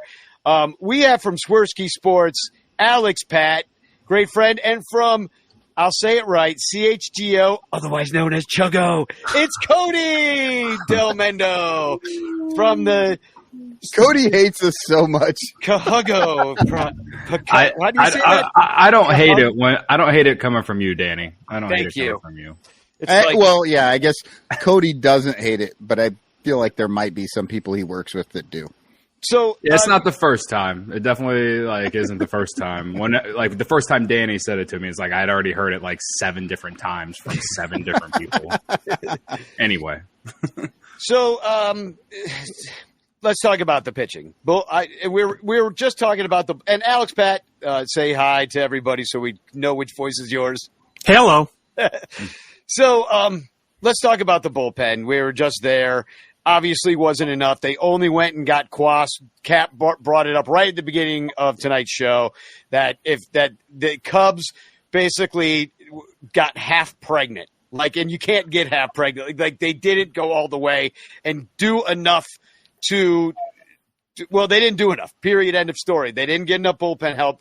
They didn't get Jamer Candelaria wasn't enough to really move the needle on the offense. So, Jesus, Danny, with Evan's Alzheimer grandma and the half pregnant, you're putting weird images all in my head on this show, man. What the hell's going on here? This is the Son Ranto show, not the Fly the W podcast where you keep it straight. We're going with pregnant dead grandmas here. That's what. Grab another beer. So yeah, where is this pitching help going to come from? And if you're going to add the Ross into this conversation, do you think that could have gone differently and better? We'll start with you, Cody. Oh man, well that's a lot to take in. So how are they going to fix the pitching? That's the first question. How are they going to fix it, and why is it David Ross's fault? Wow. To paraphrase, is the bitch clock on? Do I get more than 30 seconds here? We'll get there. Man,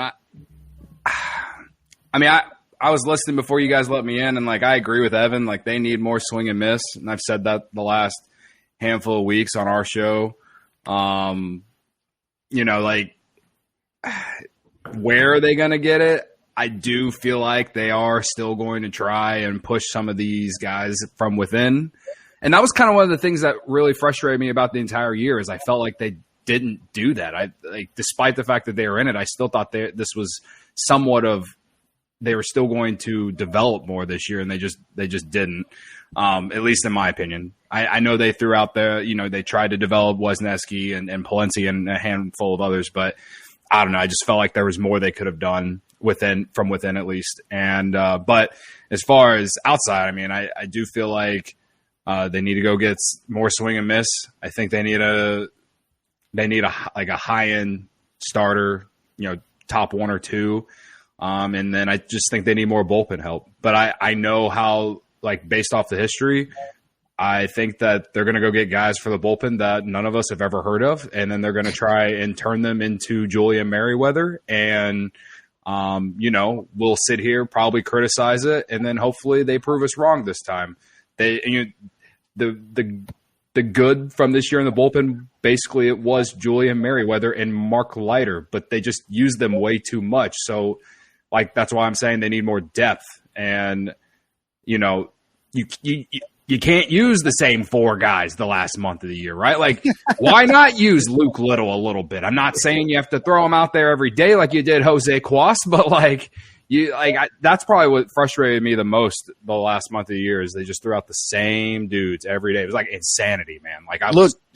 To be fair, Cody, Barnhart got 4 innings. That's fair. That's fair. So. Alex, besides the what Cody just said about needing the more swing and miss and not just riding your arms into the grounds, are there any names that you would have liked to have seen the Cubs either go after at the trade deadline that they didn't get, or promoted from within, guys that you maybe would have liked to have seen come up and help out?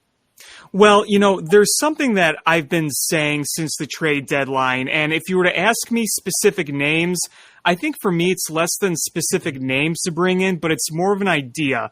What do a lot of contending teams do at the trade deadline? Well, I say they buy innings. And what I mean by buy innings is you're just going out and bringing in arms regardless of how their stats look. I mean, you can go out and bring in the cheap Matt Moores and the Lance Lynns and these veteran guys who might not necessarily be putting up the best numbers, but you're just essentially buying innings right there because they'll give you something. And I think there is a very underrated value of doing that kind of thing. You look at a guy like Matt Moore, he was kind of passed around this year. That's the kind of guy where you can look at and say, okay, that's kind of a guy that you can buy and get innings for. I mean, remember a few years ago when the Cubs, I know he was terrible, but you remember the days of Holland and didn't they have the one Derek Holland? Yeah, I know he was bad. Might not be the best example, but wasn't it Garcia, the guy that used to be on the Cardinals years ago, the starter? Jaime Garcia. And they brought him in and he pitched some innings. So I think that they could have gone cheap and just brought in some innings eaters, and I do think that would have made a difference because then you would have had some guys not have to pitch. I mean, I saw Jose Cuas every day. I'm like, is this when Joe Madden was pitching Steve Cishek every day and his arm was falling off? I was thinking the same thing. It's every time I saw Cuas, I thought, if somebody throws below shoulder level, are you allowed to just throw them as much as possible? Well, yeah, and Scotty Efros last year. Yeah. That they burned him up to the point that he broke when the Yankees got him because he was pitching so frequently. But it was funny because I tweeted that out. I was like, Jose Cuas is to David Ross what Steve Cishek is to Joe Madden. And nobody got it. And they were like, but Cishek was good. I'm like, that's not the point, morons. The point is to run out there every day regardless. And it was always when there was a fire. If there were 2 guys on, 1 out, bases loaded, 2 out, and you were in the 5th or 6th inning, Ross would dial up the phone and say, bring in Cuas, and Cuas with his arm at the end just dangling like this because it was so worn out. It actually, I was only 4 years old during the season, but, I go back and rewatch the seasons and everything. 1998, I think didn't Rod Beck just pitch an insane amount of innings that year? And by the time they brought him into the game 163, he was throwing like 70 miles an hour. His arm was so dead. So I don't remember. I was 4 years old too.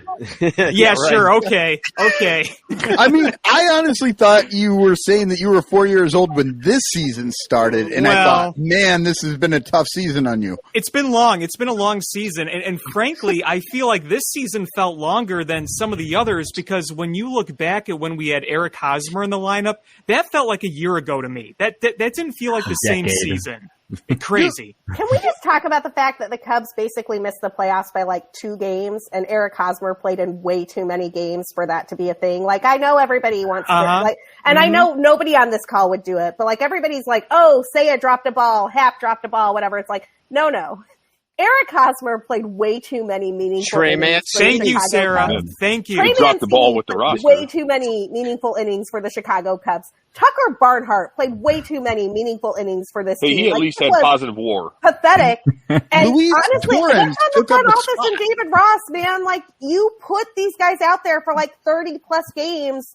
Yep. Imagine if you hadn't done that, the Cubs would be playing in October. Thank you. How about if you would have played Alexander Canario more than 2 starts? Dude, he didn't get him there, Crawly. He didn't get him there. Yeah, the amount of 6-0 leads that they blew, like leading 6-0 was their kryptonite. Twice last week. Nelson Velasquez comes up, hits a grand slam to tie a game, and then it's like, no, we don't have room for this guy. He had like 15 home runs for the Kansas City Royals after the All-Star break. All he needed was to play every day. You're telling me Ian Happ or Seiya Suzuki couldn't have used a day off while Nelson Velasquez hit bombs at the corner? I was very least you could have used him as a DH. Every morning, and I thank God that they cut ties with Nelson Velasquez. I said it right here on this show a couple of weeks ago. I said, when we lose this playoff push by 1 game, these are the people who we have to blame for it. Yep. Yeah. Was anyone in here? Was anyone here at CubsCon in the bingo room when the Trey Mancini news broke? And the whole place started chanting Trey Mancini, and we thought we were literally getting ready to polish another World Series trophy, if anyone remembers that one. No, I was definitely drinking at Lizzie McNeil's by the time the Trey Mancini news broke. Negative 1.4 WAR, everyone, for $7 million. Well, and we brought up how many games we lost by 2 runs or fewer. It was 42 of the Cubs' 79 losses were by 2 runs or fewer.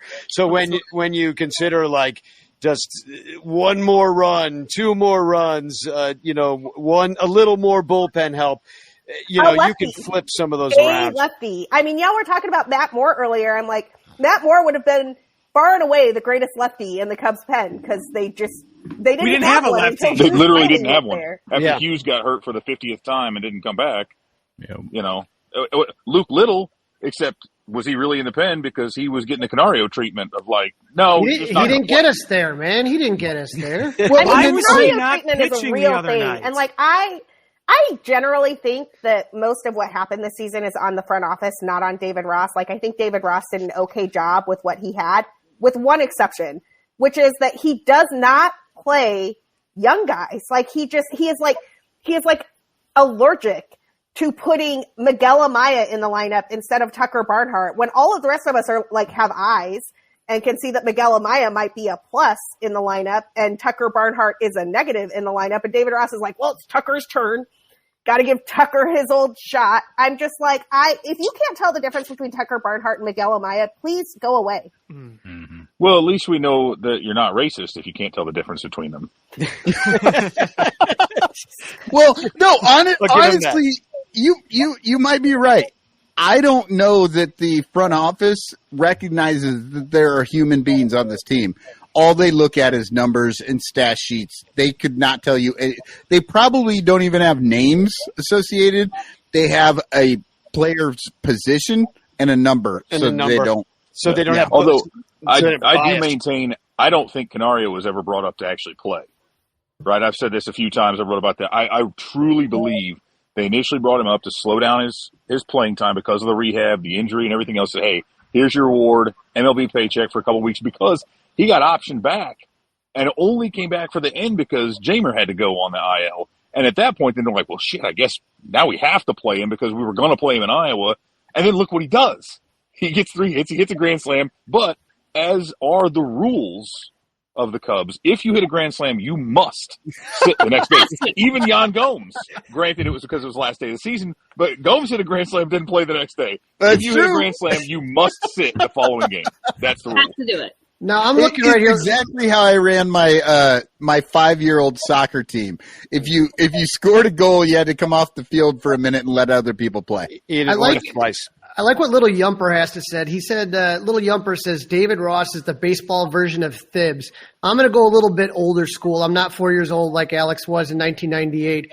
But somebody mentioned to me, they said, look, Ross is what was his name? Collins, the basketball coach. God, before the Bulls. Doug Collins. Doug Collins. He said that Ross is Doug Collins. We got to find our version of the basketball coach, what's his name? Phil Jackson. That I think that's 100% right, man. I think Ross is a really good guy that had some chemistry and got things kind of in the right direction, but I don't think he's the guy that's going to take us there. I really don't. I don't either. Well, I think it's time to put some people in the hot seat in the bitch clock.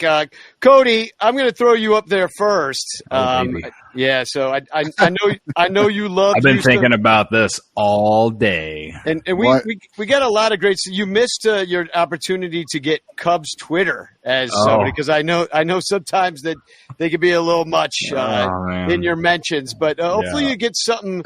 I'm going to add something here. I'm going to Danny calling it CHGO. Calling it CHGO. Justin. Maybe that comes up.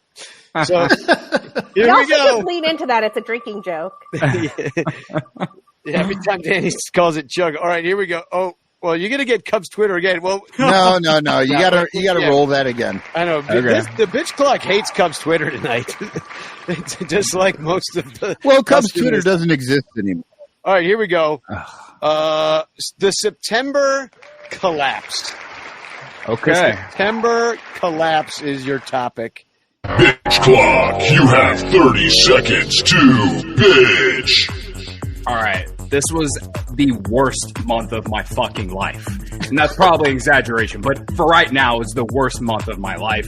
It was insanity. Over and over. David Ross did the same thing. All I asked for was a little bit of different. Just something different. Use Luke Little. Maybe use Canario once or twice. 10 seconds. Just something. Do something different. That's all I ever wanted. And if they still would have collapsed, then I wouldn't be here feeling like we just shit our pants as much. Stop your bitching. You could use some adult North Shore diapers. Okay, yeah. My favorite part was when you said as much. Shit our pants as much. Like, we still shit it, but we made it to the bathroom to get the rest of it out. You know? I needed more than 30 Fully seconds. endorsed that but rant. That was great. Ugh. Everybody else has kind of been staying away from cursing and doing all the shit. I'm with you. I can't hold myself back, man. It's I after love it. 8:30. I have a new suggestion for the bitch clock. What's that? The Cubs still have for season ticket holders. I have my tickets for the postseason. They're in my phone. So every few minutes, I kind of look to see if they're still there. There's my tickets right there. There's right there. I also have a suggestion for the bitch clock. Can we put montages and extra innings a la the Braves on the bitch clock? Montages. That was some bullshit. Like I'm still angry about it. bullshit. And every time the Braves, like every time Ronald Acuna, who I love, by the way, I think Ronald Acuna is the very best. Every time he does something new, I'm like, was there a montage? Got 73 stolen bases. Was there a montage? Like what was that 10th inning montage? Come on. Wasn't there a South Park song that said montage? You're gonna need a montage. Braves Twitter That is one. crazy, y'all. Yes. What was Alex that from? Patt singing the South Park song. I just thought it was like Braves Twitter hated Dansby Swanson, and I don't understand. The freaky stuff on Braves Twitter with Dansby Swanson, like legitimately freaky. Yeah, that was sad. Sarah really went through it during that. No, I'm good. Like y'all, I'm fine. Well, I got Alex in the bitch clock seat. I'm spinning the wheel for Alex, and we're going to see if we get something good here. Ooh, Marquee. I wish I would have got this one instead. Got the Marquee Network for Alex. Clock, you have 30 seconds to bitch. Let me tell you what's funny. The Three Stooges. Let me tell you what's not funny. 3-man booths. That stuff never freaking works.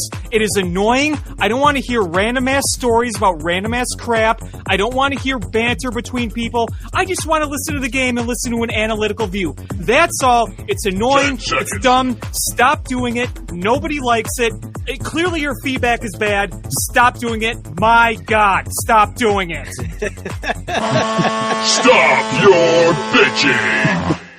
I agree. And no one wants to hear T-Max like nuggets every fucking inning. There you go. Look, I'm all in on Alex's bitch there. I loved it. One note. You need to cuss more often. I know. I'm actually kind of ashamed of myself for not cussing more. And can we do less family interviews when somebody's at the game or somebody gets called up? I don't care about your mom or your dad or any of that bullshit. Unless it's Evan's grandma, then that would be interesting. Yeah. That would be, yeah. We could have a seance. Evan pops in with the fucking cricket sounds. All right, we're done with bitching about Marquee. So Taylor would absolutely butcher the seance, just like in Evil Dead, with when Ash messes up the stuff. Oh yeah. There's no way it would work. Evan, I'm spinning the bitch clock for you. Let's hope we get something good here. Crickets. Okay. It looks like you're getting montages and extra innings. Yeah, we just added this to the bitch clock, and now you're getting Bitch clock, you have 30 seconds to bitch.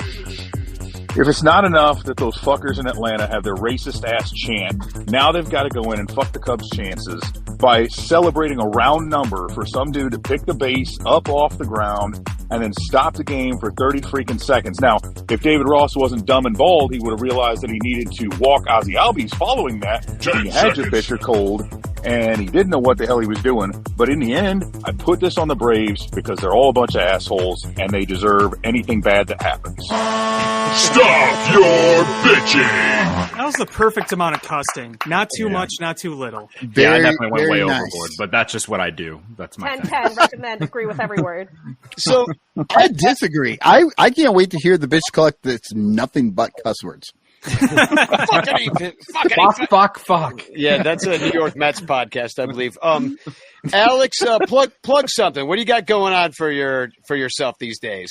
So, read Fansided Cubbie's Crib, still writing for them. We got a long off season. That's probably the season that we get our most readers. So we'll be having our opinions on who we should sign, who we should trade for. Coming out soon, I have my letter grades piece coming out for all the position players. I'm glad you pointed that out because Son Ranto is doing that next week. Yeah, Cubs grades next week, everybody. Let's compare. We'll compare next week.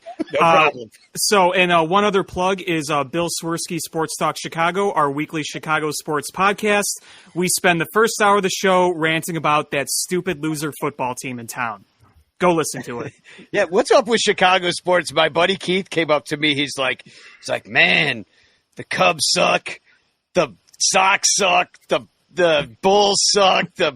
He's like, what's? I'm like, I don't fucking know. It's like I feel like it's on purpose. I really do. I think they just hate us, and the billionaires think it's funny to shit on Chicago.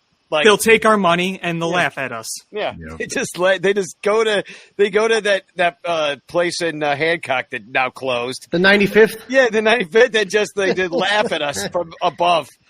So, Cody, plug your off season. Is the CHGO podcast going to keep going or what?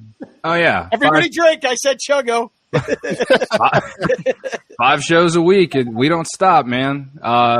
We go live at 1:20 Monday through Friday, I think it's Monday through Friday, or it's Monday through Thursday. But Corey and Brennan doing their show on Sundays, I think. So right on, yeah.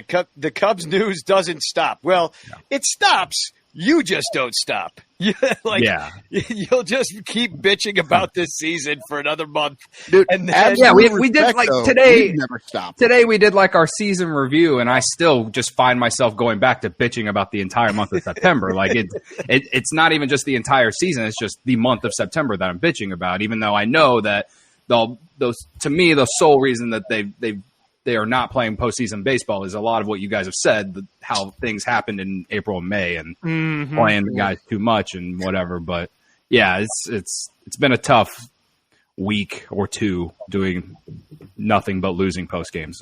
So yeah, we're all going through it together. Really, this is really like an autopsy wake. This is kind of like if you did an autopsy at the wake, which would be also weird.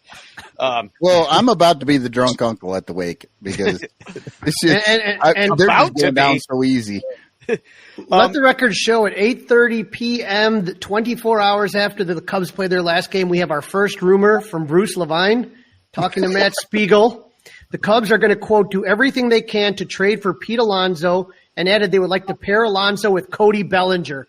Let the Cubs Twitter madness begin. What? Okay, start your engine. Why didn't they do that at the freaking 2 days ago? Cody Bellinger wasn't coming back though, so There's no way. Do you remember when Pete Alonso was available last year? Yeah. For a trade? Like, I'm pretty sure they could have got him last year, too. Yeah. The Mets never made Alonso available to my knowledge. I don't think. Evan, no, last year. I thought last year he was available for trades. Evan, Maybe I'm wrong about that. Evan, plug your stuff.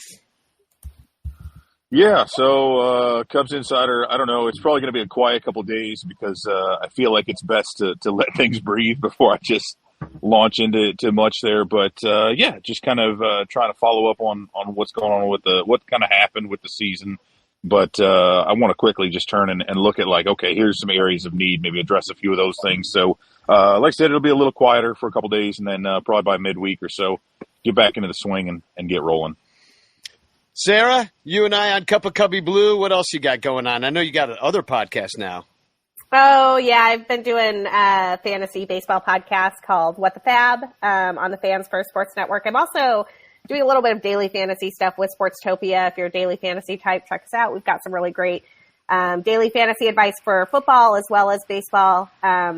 As far as Cubs stuff goes, I'm working on my Cubs fan guide to the postseason, which should be out tomorrow, who you should cheer for or could cheer for, as the case may be, as a Chicago Cubs fan. And a bit of an ode to Mike Tauchman, who was my favorite part of this summer for the Chicago Cubs and how I came to that conclusion. And shout out to Cody for the Summer of Mike Tauchman phrase, because that's definitely going to make an appearance or two in there. It's the beautiful best part of baseball is the part where a guy like Mike Kaplan can make your whole summer great, even when you never really thought about him prior to that season. I was at the Reds game, and I texted Cody during it. It was like the doubleheader game in the Friday afternoon, and Tauchman got a hit or made a catch or something like that, and the guy sitting next to me just stood up and said, "Summer of Tauchman!" And I texted Cody. I'm like, "Dude, like it's here in Cincy. They're just yelling it." I don't know. Crawly, I was just kind of drunk in my apartment one day, and I thought of it. That's just how it happened. That's when the ideas come. When you're wasted. Hey, Crawly from the Fly the W podcast. What else you got going on this off season?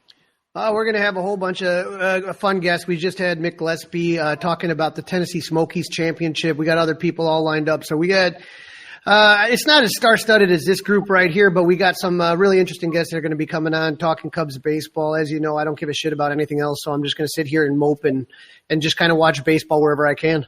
Well, I want to personally thank all of you for entertaining me all year on Twitter, on your podcast. I listen to everybody. I talk to most of you regularly throughout the season, and you just enhance my enjoyment of Chicago Cubs baseball. And I love hanging out with all of you, and I hope you have a great offseason, and we'll get back to it again. By CubsCon, Cubs caroling. I mean, we got lots to do still. Cubs caroling. Thank God, I'm going to finally be there. That cricket is such a credit. That's when is Cubs caroling? We don't know, but it'll be announced in the future. We're still doing the preview, right? We're doing the walk. It's December 16th this year. Yeah, something like that. So very close to that. Don't listen to the drunk uncle at the wake. Listen to the cricket, and we'll be right back. How does the cricket not have their own window with their tagline and everything? I'm sure the cricket has a podcast too, right? Who doesn't? Cubs cricket. So Cubs cricket. Thank you very much. Comes on every time they lose.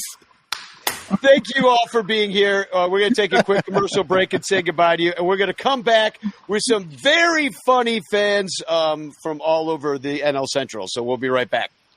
And we are almost all back. Michael Cotton didn't quite make it. I think he might be doing the drunk wake uncle thing and molesting the corpse. I don't know. Let's hope it's something not quite so dastardly as that. But IFG, you know what? One of my favorite things that we do on this show is talk to fans of other teams, and it makes me feel like we're getting like the story from the horse's mouth, like shit, Eric Wheelo's here, isn't he? Yeah, he is. I did bring up a horse and his mouth, and here he comes. The Brewers fan, the only man who's going to be celebrating a playoff berth. Eric Wheelo's here. Welcome to the Sun Ranter Show. Also, Billy Devore, who came in third place. What's up? Third place, Billy Devore. We're also going to bring on Zach Funk, who the fourth place Pirates fan, also comedian out of Pittsburgh. And, I still have the Phillies. And you're going for the Phillies now. Okay, well, I was a Phillies fan as a kid. I moved out here as an adult, so I've got both. Okay, well, all right. It's good to have two teams and just cover your bets. And then we have our favorite Cubs fan comedian, Joe Kilgallon, and welcome to the Sun Ranto Ranter Roundtable. Hold on. Autopsy. It needs to be pointed out that there are no Cardinals comedians because Cardinals have no sense of humor whatsoever. Just so. None. So, Eric Wheeler, we're going to start with you because you are you have the team that's going to the big dance, otherwise known as the postseason tournament. But so I want you to describe, and everybody, I want you to answer this question. I want you to describe your team as a car, a make, model, year, and condition of your car. What are the Brewers right now? Oh man, we're like a 2020 Subaru Forester. He didn't even go with a new car. It's got all-wheel drive. It can get you up a mountain. It can get you over that hill. You can be a defensive driver in it. It's got a little speed to it. It's got some power. Not a lot of pop, but enough to get you by. And it's reliable. That's what it is. It's a reliable automobile. It's got a roomy back seat. We got a deep bullpen. You got a lot of storage. We got a deep team. Subaru Forester, that's these Milwaukee Brewers. Your mother approves. So the Cubs came in second place. Yeah, that's a very safe car. I'm surprised you didn't say Volvo. Joe Kilgallon, BMW in Milwaukee. Come on, man. Yeah, that wouldn't last too long. The hubcaps would be the first to go. Joe Kilgallon, the Cubs did come in second place in the NL Central, so I'll let you go second. Describe the Cubs in automobile form. Jesus Christ. Fuck. I was hoping you'd do something different for me. Here, I can help. So, you know how my car broke down and I had to go buy a new shitty little car? What I got was a 1998 Nissan Altima. All right. It has like one kind of broken rear view mirror, and the front passenger side blinker doesn't work, and it kind of chugs going up the hill, and it's generally unpleasant to be around. That's the Chicago Cubs. I think you're describing. You're describing the Cardinals. The Cardinals too, even. No. I think I got it. The Cardinals aren't even running at this point. Yeah, they're broken down. I think I've got it now. I'm going to go with one of those, the cheap Teslas, the ones that are like 40,000. Yeah. Remember they made a cheaper model where everyone thought it was like an awesome car, but then you talk to people and it's like, oh, it's actually a piece of shit car.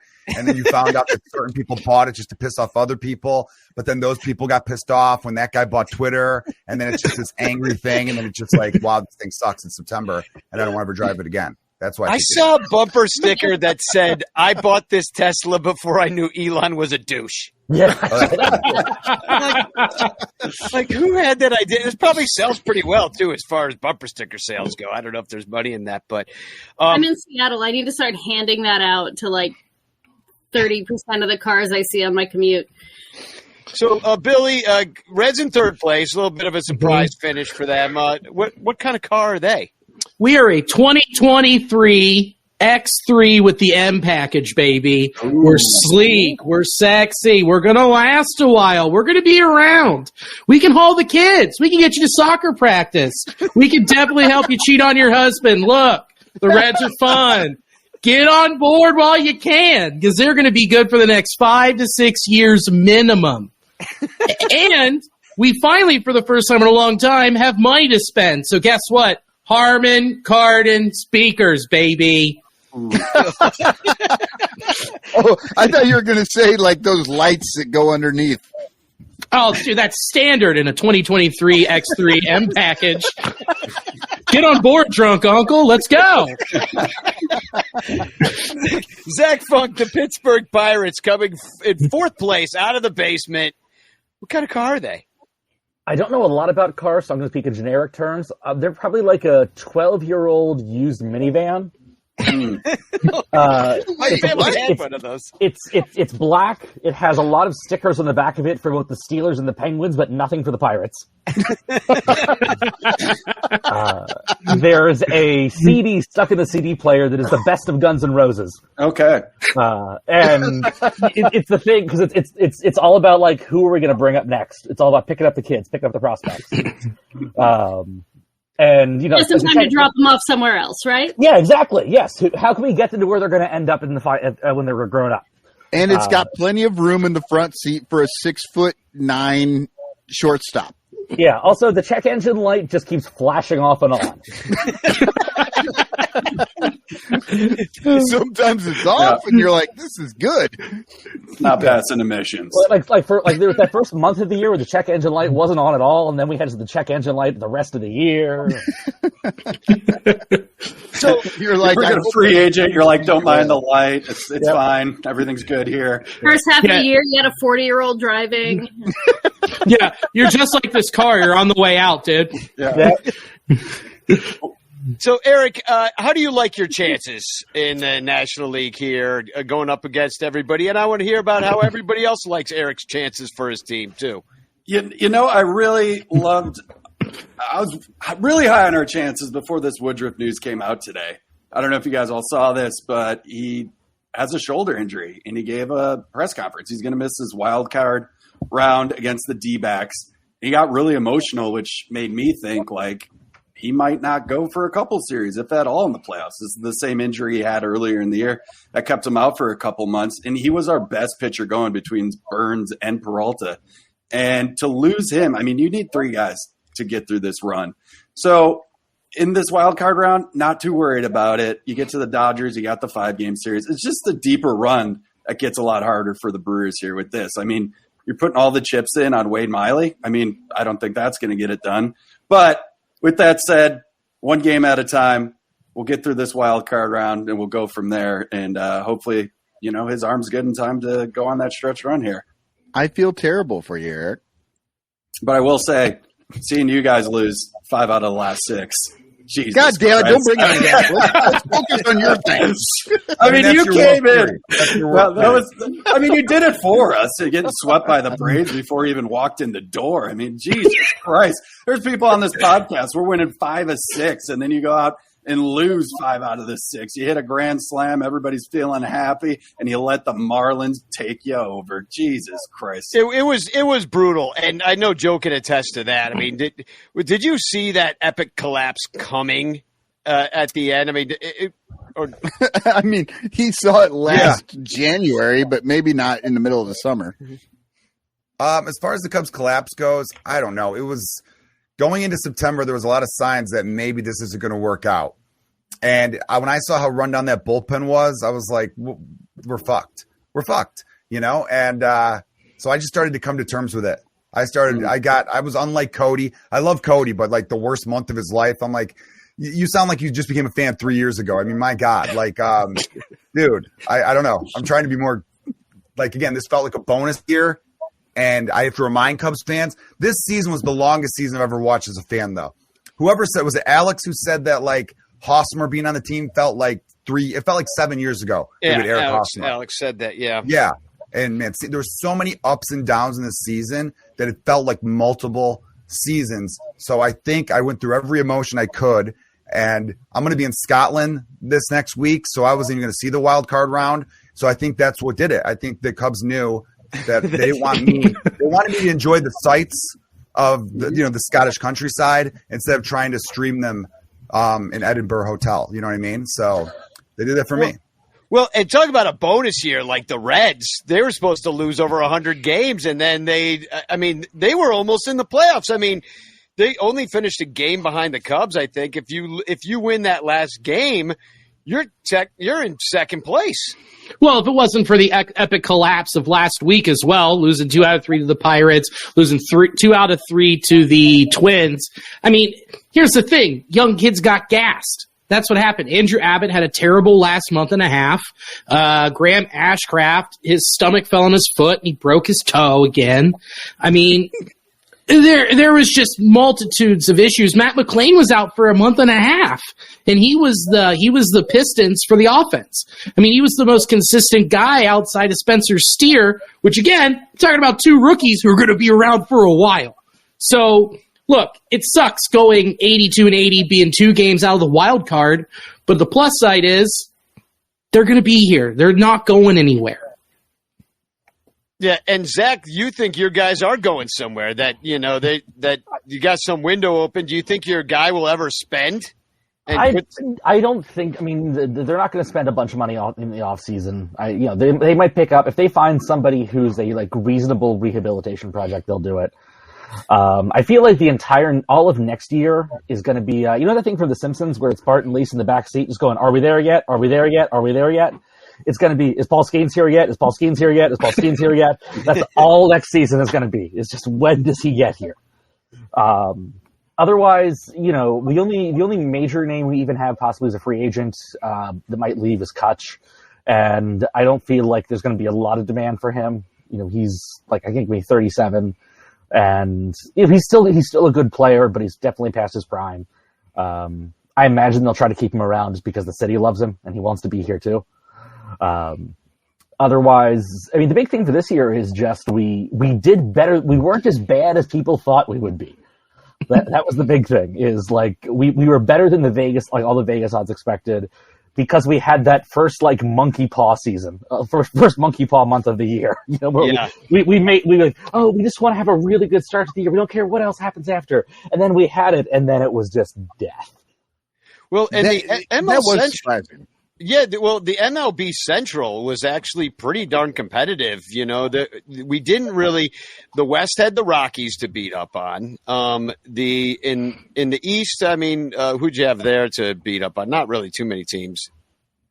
Well, the Nationals, I guess, were pretty bad, so you could beat up on them. But the National League in general was more competitive, and I just wonder, the Brewers, The Cubs were 1 game behind the freaking Brewers a couple times this year, where I'm thinking we're going to take this thing over, and then they just kept falling flat, and Grandpa Lossy kept throwing out the GPT lineups and wrecking everything.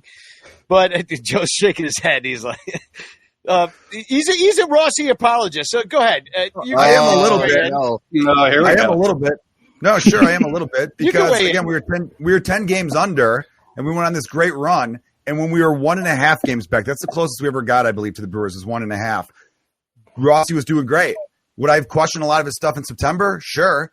But then there's a lot of moves. I think because this is the closest we've been to a playoff spot in a couple years, and the way shit ended with the last core, we were even more devastated, even more pissed off, that we are definitely not seeing the forest from the trees with a lot of this shit. I hear people being like, I can't believe you put in Merriweather. Who'd you want him to put in? Yeah, they all suck. They all suck. Once Adbert got hurt, it was shuffling the deck. And most of these guys have never had a good full season in their fucking careers. Fulmer was hurt as well. Yeah, and by the way, who turned Fulmer around? Ross, by sticking with him. Fulmer at least had a career of being a good pitcher. All these other guys I made up, I'm sorry, Julian Merriweather sounds like a fake player in MVP baseball, right? Some of these guys do. And we put them all together. I mean, Al Leiter Jr., all these guys that ended up having a good 3 months, but that's the best those dudes would do anyway. They just I'm sorry. That's the way I felt about it. And yeah, there was some moments, and people are like, well, you can't blame Suzuki. I'm like, I'm not, but he also missed the ball. Two things can be true. He could be the best hitter in baseball for 2 months, and he missed a fucking catchable ball. Swanson could be the best shortstop in baseball, and he didn't dive for a ball that he should have fucking dove for. He didn't even look like he needed to dive for. Just put some effort in. You know what I mean? So, that one play. Remember that play where the ball popped up and it was right in front of him? I do remember. Yeah, he should have had that. I'm just saying that there was just so much there. That's all. That's only my point about Ross. I just feel like it's so quick to blame Ross. It's like nobody in that last segment blamed Jed Hoyer for signing Trey Mancini, who hasn't been good since 2019. Tucker Hold on, we did that in the first section of the show. We talked a lot about. We did that all year long, actually. All right, fair enough. To be fair. But since I wasn't here in the first segment, I do just want to take the opportunity to say that I think the best chance that we have had to sign Shohei Ohtani showed up right after he became a 2-time Tommy John bounce back project. True. Cubs do love a Tommy John guy. That we are the team for that. That's but for sure. Joe, I wanted to say, like, I'm with you somewhat on the Ross issue. People want to blame him through all this, and you may have already sort of alluded to it, but my issue is that I don't believe that Jed gave him the team that he could win with. And now, when the team that he had, he could have at least won the division. I mean, he honestly could have, but he didn't necessarily always do it right. But some of that was Jed just having guys like Trey Mancini and fucking Eric Hosmer on this team. So, I mean, what do you think? Do you hate Jed as much as I do? I mean, I can't hate. Hate's a strong word. I'm not going to say hate. There's some stuff Jed did great. Jed had some nice offseason moves. He's made some really strong trades, but I still don't know if Jed. My fear and worry with Jed Hoyer is, does he know when to step on the gas, like put it to the damn floor? Will he know when to put the gas pedal to the floor?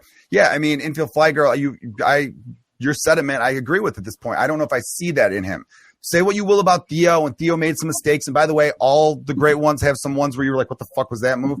You have, in order to win big, to win at a World Series, you have to be able to take some big swings. And if you miss, so what? But at least you have the stones to go all in. There's a reason the Tampas of the world always get close but never get over the hump, right? Like, you have to be able to do that. And I just don't know if Jed's going to be able to do that. They're already putting out the feelers of, well, if it makes baseball sense, sometimes you have to not make baseball sense to win at the game of baseball, because the game of baseball doesn't always make sense.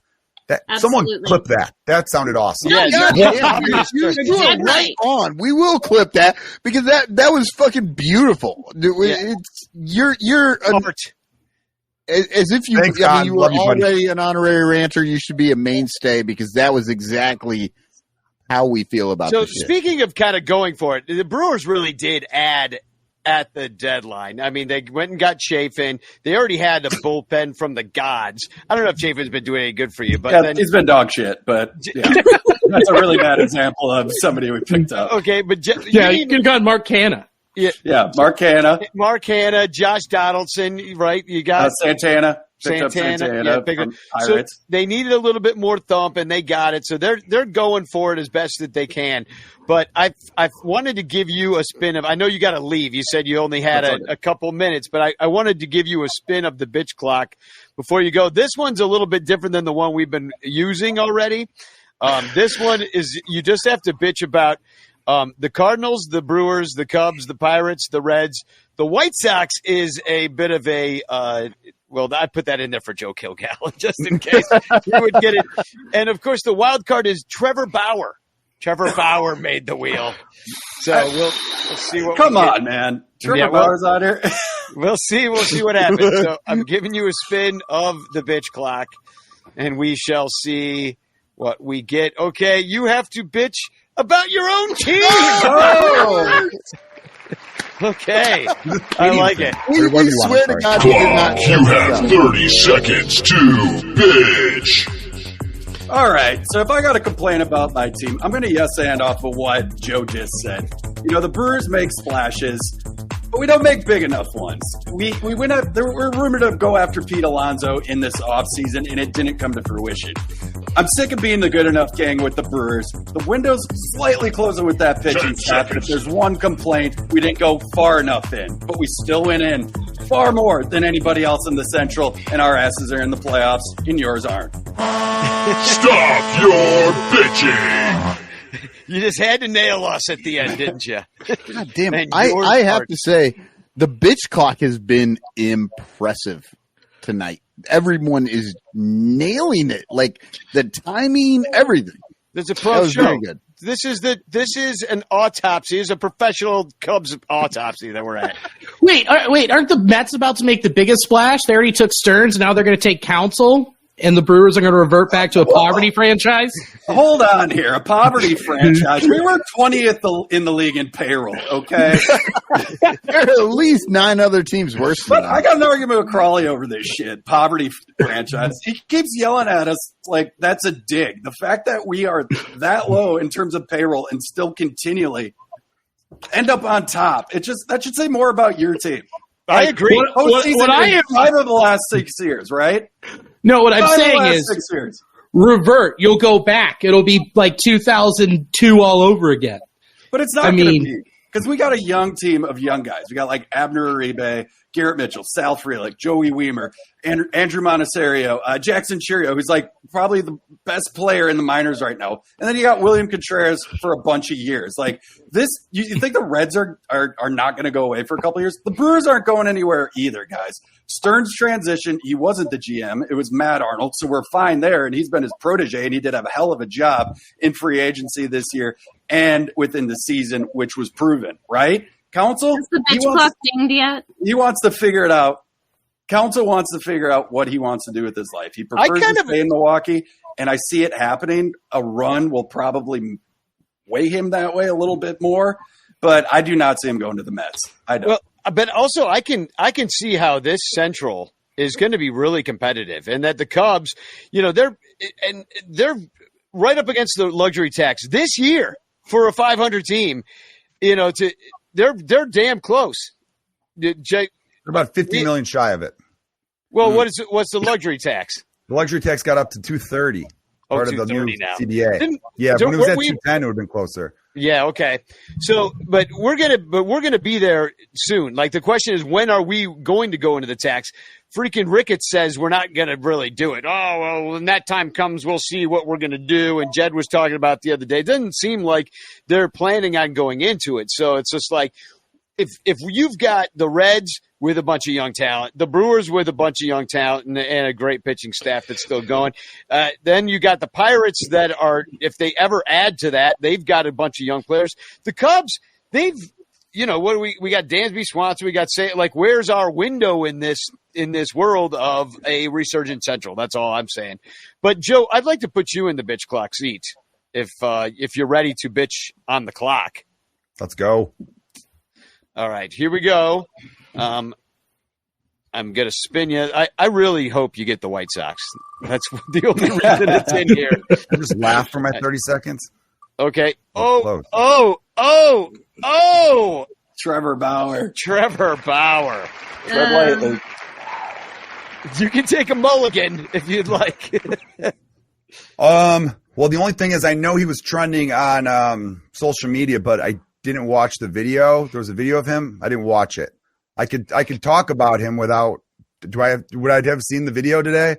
You needed to see it. Yeah, you need to see it. We'll give you a mulligan. Okay, yeah, give me someone else. By the way, I used to love Trevor Bauer because he would lose to my team in the World Series. He's the Cubs guy. Why don't we give him the regular bitch? Oh no, we're giving him the White Sox. There we go. There it goes. Yeah, thank God for mulligans. Danny was going to spin that until he got White Sox. Exactly. Clock, you have 30 seconds to bitch. I don't have much to bitch about when it comes to the Chicago White Sox. I want to thank them for being so shitty and for proving that you don't always need to rebuild. And rebuilds are kind of gifts to the owners all the time. You know what I mean? You guys all thought, oh, our rebuild, you guys had a 7-year window. We're going to have a 12-year window. We're going to win more than you. You didn't win shit. You sucked. Everyone hates you. Your mothers don't like you. Don't even go out for Halloween. No candy, no soup for you. Stop your bitching. Don't even go out for Halloween. Hey, as long as we have a better record than them, I'm happy as a Cubs fan. Those are my 3 goals every year. Win the World Series, go to the playoffs, or be better than the White Sox. I get one of them. I got one of them this year. Yeah, and the fact that the Cardinals suck too. I mean, we can all agree. Yeah, that was great too. So I'm going to put Billy in the bitch clock because and we had such a great year. We did that live podcast in Cincinnati. That was so much fun.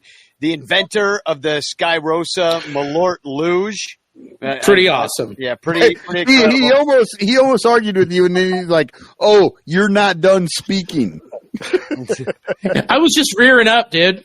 the Sky Rosa Malort Luge. What the fuck? So we're going to give you a spin of this bitch clock wheel, and we'll see what you get. I hope somebody gets the Cardinals too, because they deserve a lashing. Oh, look, I'm Cubstradamus over here. Yeah. Hey. Here we go. Clock, you have 30 seconds to bitch. Looks like the Cardinal way was a lot more fragile than you fucks ever thought it would be. You pieces of shit. Get out of town. Oh, look what we can do. Yeah, the Cardinal way is all the way to last place. That feels so good. Go take a toasted ravioli and shove it up your asshole, you dumb fucks. I'm so glad you're in the basement. You're going to be there for a while, because guess what? Yachty's not coming back to fix the franchise. And Wainwright sucks. Stop your bitching. I love Yachty making an appearance was really just like that. Yeah. Do you want to hear something great? I was just talking about this on my pod. Adam Wainwright gave up the most home runs to the Reds in his career. And the Reds had the highest average and highest OPS of 796. So I'm really bummed he retired. Yeah, that's well. Your service. Yeah, they announced today he's announcing the playoff games. He'll be a commentator on it. So. He's going to be way better in the booth than on the bump at GABP. As long as he's not singing, I'm into it. Zach, I got you in the bitch clock. Of course we don't have a Cardinals fan to bitch. They've got nothing to bitch about. They got 11 rings, but I'm giving the bitch clock a spin for you, and you're gonna get the Cubs. Oh. I was hoping one of us would get this, but we bitch about the Cubs enough. So Clock, you have 30 seconds to bitch. Cubs, you could have had a better season, but you lost a bunch to the Pirates. That's all I have, really, is that you could have been better, but you were worse than us when it counted. That's how bad you were. The Pirates, that were supposed to be the worst team in baseball, you managed to lose to them a bunch of times when it was really important, and every time you dropped the ball like a bear would do, because a bear can't catch balls with claws. Stop your bitching. So there's the Bears on that. It's true. And the thing is, we had beaten the Pirates so much earlier in the year. Yep. And then when it really freaking came down to it, we couldn't freaking do it. We were 10-1, and then we just fucking started dying. Yeah. So tell me about it. We went through it too. Yeah. Playing spoiler. Joe, what do you got to plug right now? When's the next time you're performing this month? What do you got going on?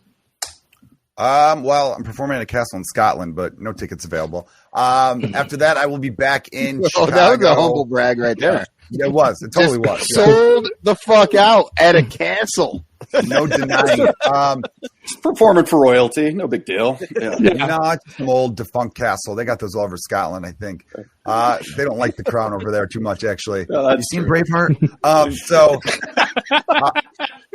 I'll be at a show called The Blackout Diaries at the Lincoln Lodge, whatever the Friday in October is after the next one. That it's October.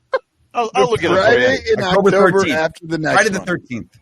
Friday Ooh, the 13th, I will be at the Lincoln Lodge for a show called The Blackout Diaries, which comedians tell like stories in which they blacked out and got really drunk. Also, just check my YouTube right there in my name, youtube.com/Joe Kilgallon. Cheers. Nice. Sweet, man. I love seeing your stand-up. I've seen you a bunch of times. It's always hilarious. And if you haven't seen Joe, he's all over the place, and he's definitely in Chicago at least. I will be in Arizona for spring training. You Yeah. Cub fans, spring training, get out there March 22nd, March 23rd. I'll be headlining the Mic Drop Mania. It's a comedy club in Chandler, Arizona, about 12-minute drive from Sloan Park in Mesa. Yeah. Go see Joe. What else do I have to say about that? And Billy, what do you got to plug? Joe, if you don't walk into that castle and immediately scream, "I am here to view the tapestries," you're doing it wrong. You're right, my man. I'm writing that down. yeah. Hold on. Yeah, please do.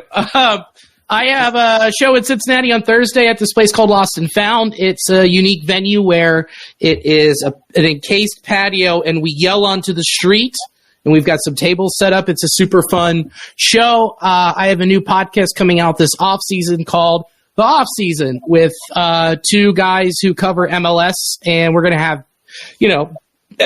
soccer writers, baseball folks on, and hopefully some players, and talk about what their off-season routine is. So that'll be super fun. Sweet. Zach, what do you got going on right now? Let's see. Next big thing I've got coming up is beginning of November. My roommate and I have a YouTube channel. We do a lot of like video game and other nerdy stuff. And we every year do a charity drive called Extra Life, where you do a 24-hour gaming marathon to raise money for children's hospitals. So very cool. Yeah, so I'm putting that. I'll put a link to our thing in the. Okay, I said it failed to post. I tried to share a link. We'll send it to us and we'll put it out there for sure. Yeah. But otherwise, not a ton go. I'm working on getting some local shows booked. I just had a really great show this past Friday, but nothing too much going on locally right now. At Z, the letter Z, Funk. Yeah, Zach Funk. So just follow him there. And Eric Wielo, I know you got a new show going on. It's an NFL show. Yeah, an NFL show, daily morning show with Kay Adams on FanDuel TV. It's called Up and Adams. We stream live on YouTube every day. And, it's great because baseball started, so we're going to talk a little baseball on the show. We got Joe Poznansky on the show on Thursday. Check out his book, A History in 50 Moments, Baseball History in 50 Moments. It's great. And then if you're in L.A., I'll be at the Ice House in Pasadena on Saturday. Sweet. Well, you'll have a lot of time on your hands after the Diamondbacks take the first two games starting tomorrow. Because we all know that, we're sitting here like, oh, the NL Central, just really they battled each other to pretty even, No, it's because we were all dog shit. Like every single one of our teams was terrible. But so are the Diamondbacks. I mean, come on. They were surging at the end. I think you should be a little scared, Eric. I think you should be a little frightened. All I needed them to do was beat the Astros. I know. Could have been happy about something. Yeah. Tell me about it. Love the shirt. So I want to thank you guys all for all you do for, bringing the NL Central together with humor. And I don't know. I love you guys. You guys are some of my best friends in the world. And, I just appreciate you guys being here tonight. But we're going to take it to a commercial break, and then we're going to come back. Love you too. Yeah. But I've got a commercial here for In the Clutch, run by Billy Devore. Actually, he works there, and so you should be shopping at In the Clutch. Also, a commercial for Cubs PS Plus podcast, because on the flip side, we're going to have Mike Waller on the show along with poet Sandra Marchetti, who's going to read some baseball Cubs poetry for us and lead us into the offseason in an artistic fashion. But thank you for being on the Sun Ranto Ranchers Roundtable Cubs Autopsy this evening. Thanks, guys. Thanks for tolerating us. Thanks for tolerating me. All at once. We're not tolerating you, Wielo. No. And make sure you use promo code SUNRANTO when you shop it In the Clutch, because you get 10% off your entire purchase. So we've got just a few more guests to go. I do want to also mention hashtag Chance in the chat. You could win a Frank Chance postcard sent to you by me with a message of love and doom. A little bit more doom than love, I think, right now, but I'm feeling the love So much tonight. doom. I also want to mention that we have a brand new shirt from Obvious Shirts. So we are now part of the Obvious Shirts family, which I'm really excited about. I'm going to drop the link in the chat right now. I know that those started going out today. I invited Joe from Obvious Shirts to come on the show tonight, but he could not. But he said that they shipped out the first of their Ranter shirts to those that have ordered them today. So Yay! get one. Well, you can. I just dropped the link. It's, You know what? I showed that to my children this weekend, Mhm. and they both were like, "I want a Ranter shirt," which I was somewhat surprised by, but also touched. Yeah, no, I'm surprised they're not embarrassed by you and don't want anything to do with anything. that Very you're doing. true.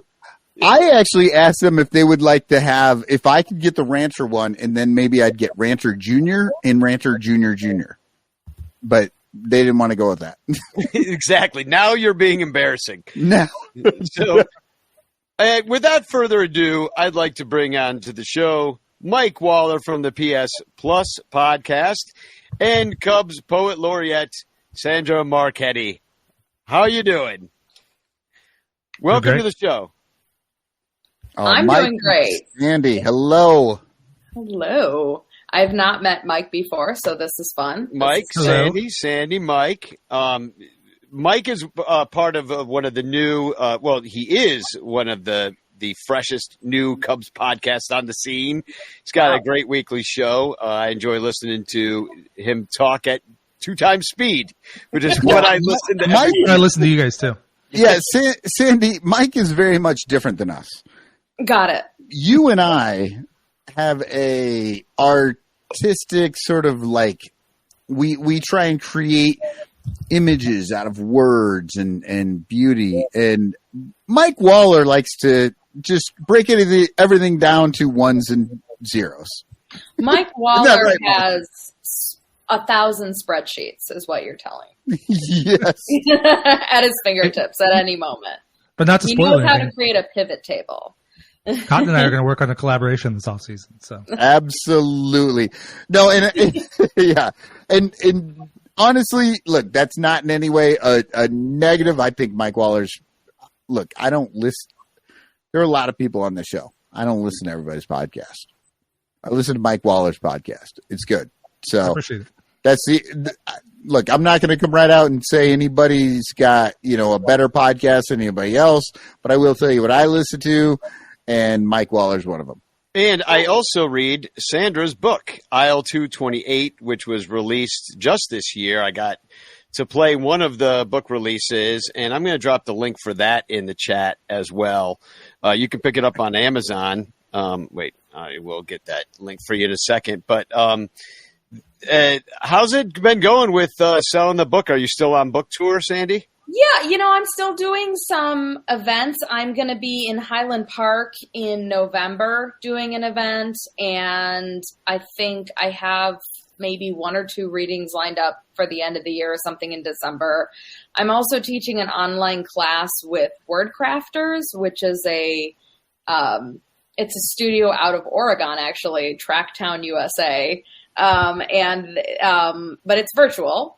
And so if you want to learn more about how to write sports literature, which is maybe a little different than sports writing, creative writing about sports, join the class. It'll be a lot of fun. And people can find me all over social media and find the links for those. Sandy, I can I just get dropped that? the link there too in the chat if you guys are following. Yeah, Sandy, can I get that for free? Can we maybe do like some, like where you and I just talk about that? Because I write things and it's sports. It might be literature. For you, of course. Of course. We can make it happen. Yeah. So how much time did you spend in the ballpark this year? Were you in aisle 228? Unfortunately, I wasn't. The tickets that I have now are in section 208 as they renamed and renumbered everything, and of course, 228 was in the box seats behind first base. And I don't know if I've told this story on here, but My father's friend, who was the season ticket holder for those seats, he after the 2014 season, he said, this team sucks and I'm not paying for this anymore. My father and I was younger at the time, but we were trying to convince him, no, this is the time to hold on to them. They're just this team's about to, fly high. And he gave back the season tickets, and I don't know if he regrets it or not, but I sure would if it was me. So now we're behind third base. That's one of the worst bad beat stories ever. Like Yeah, you hear it about is. like gamblers talking about their bad beats. Yeah, it's a bad beat. That's for sure a bad beat. But all the comfort that I can take now is that I'm closer to Bleacher Jeff. And that makes me feel good. Yeah, you can smell it from there. I was going to say, you might Absolutely. be happy that you're not any closer. I don't need to be in the bleachers. I mean, I know that's a no-no for this pod. I'm more of a box seats gal. Sorry. I sit everywhere. I'm not just a bleacher guy either. I like sitting all around the ballpark, and I know I've sat in Sandy, Mike. I'm a right field bleacher guy, and everybody hates Now me. that's idiotic. Yeah, I believe that. That's I believe not that you just get stupid. some Right real field shit for sucks. that. Yeah. Yeah, right field absolutely sucks. And Mike, you sit on the third base line too, I believe. Mhm. Like Yeah, 109. yeah, right, real close to where Sandy sits. So, not exactly how we wanted the season to go. I know we all kind of experienced it together online, on Twitter, on the Discord and stuff. I listened to all Mike's takes on it on Cubs PS Plus podcast. Mike, were you at all surprised how it epically collapsed at the end, or was it kind of expected? I was surprised, but for a different kind of reason. Like you could see it coming. It was like a car crash in slow motion. But the one thing I kept hanging my hat on was I didn't trust any of the other people in the race to win their games. So Yeah, I thought the Cubs might make it in because the Marlins just couldn't win enough games, or the Reds couldn't get over the hump. And so that's what I was hanging my hat on at the end. But it really wouldn't have taken much, even as bad as they were. They kept Get one getting more chances. out. Yeah. Get one more hit, get one more runner in from third base. But it was, starting with that Brave series, it was just hit after hit. I think it was, I forget, maybe it was Cody, but gut punch after gut punch after gut punch. Yeah, they looked so tired. They weren't, tag. Like Nico stopped remembering how to tag, and just like these dumb mistakes. Who was it that brought up? Joe just brought up that ball that could have been caught by Dansby that was just kind of hanging up there in the air, and he just kind of looked at it as like, I'm supposed to do something here. But the one that came off the pitcher, he had all the time in the world all to get the that time thing. in the world. Yeah, and bounced off that dude's shoulder. I've never seen defense slump like that. Like it really felt like they were freezing up and slumping. I think they were pressing so hard, I think. Yeah. That's actually a great point. Though the old adage is that defense doesn't slump. Exactly. And we That's saw why I bring that it up. horrifically. Yeah. and they just got tired, and it felt like also that they, just because they didn't have enough on the roster, too, that there was nobody that was going to ride in on the white horse and kind of save the season and save the moment, and they just were totally out of steam. But not to bring it to with an awkward sort of segue to writing. But I know that there's times when you can slump as an artist and you just can't think of good ideas, and, you have to fight through writing a million shitty songs or poems before you come on a really good one. And you might have had to write all those shitty poems to write the one good one. So you said you were going to share a poem with us this evening, if not a couple. Sure. But would you mind? Sandy, how many do you have? I have two really short ones, and they're Sweet. going to serve different purposes. Sweet. Okay, would you mind if I jump in with one somewhere in there, either in between or you before? want to go first? Or, What do you want to do? well, that's what I'm asking. You're the guest. You can say before, after. I want to hear between, Sandy's poem before your poem. That's for sure. Yikes. Okay, well, you Sandy, you have two poems, so why don't I go in between? And I think that's a great idea. so it's kind of a shit sandwich The two good things are on either side. Yeah. That'll be for the audience to decide. Actually, Danny, when he asked me to come on here, he was like, can you write something about the season? And Danny has got to be like one of the most prolific artists I know. He writes all these things. He listens to all these things. He's consuming all this media. And I'm thinking to myself, I don't think Danny knows that I'm not him. Like, but I did find some things that were apropos for the occasion. So, I asked her to whip something up. She's like, I'm not whipping something up. Like, just whip up a brilliant poem real quick. Right. Danny can do that. And many other people on this podcast. So, but here's what I've got. Okay. This first one is called Flowers. And, it's sort of a choose your own adventure poem. You can fill in the blank for any Cub that might be leaving, might be a free agent, right? So I was thinking about Cody Bellinger, but it could be Kyle Hendricks or whoever you think might be leaving. Flowers. I surface after a deep hyacinth whiff and spot the snapdragons, electric lemon, and the ranunculus, so rosy but not a rose. They are there too, many thorned and lipstick bright, wide open floribundas. I tie a spearmint ribbon, saved for this occasion, and hand you the bouquet, knowing it will be my last chance before you go. Oh my God, you just killed me with that thing.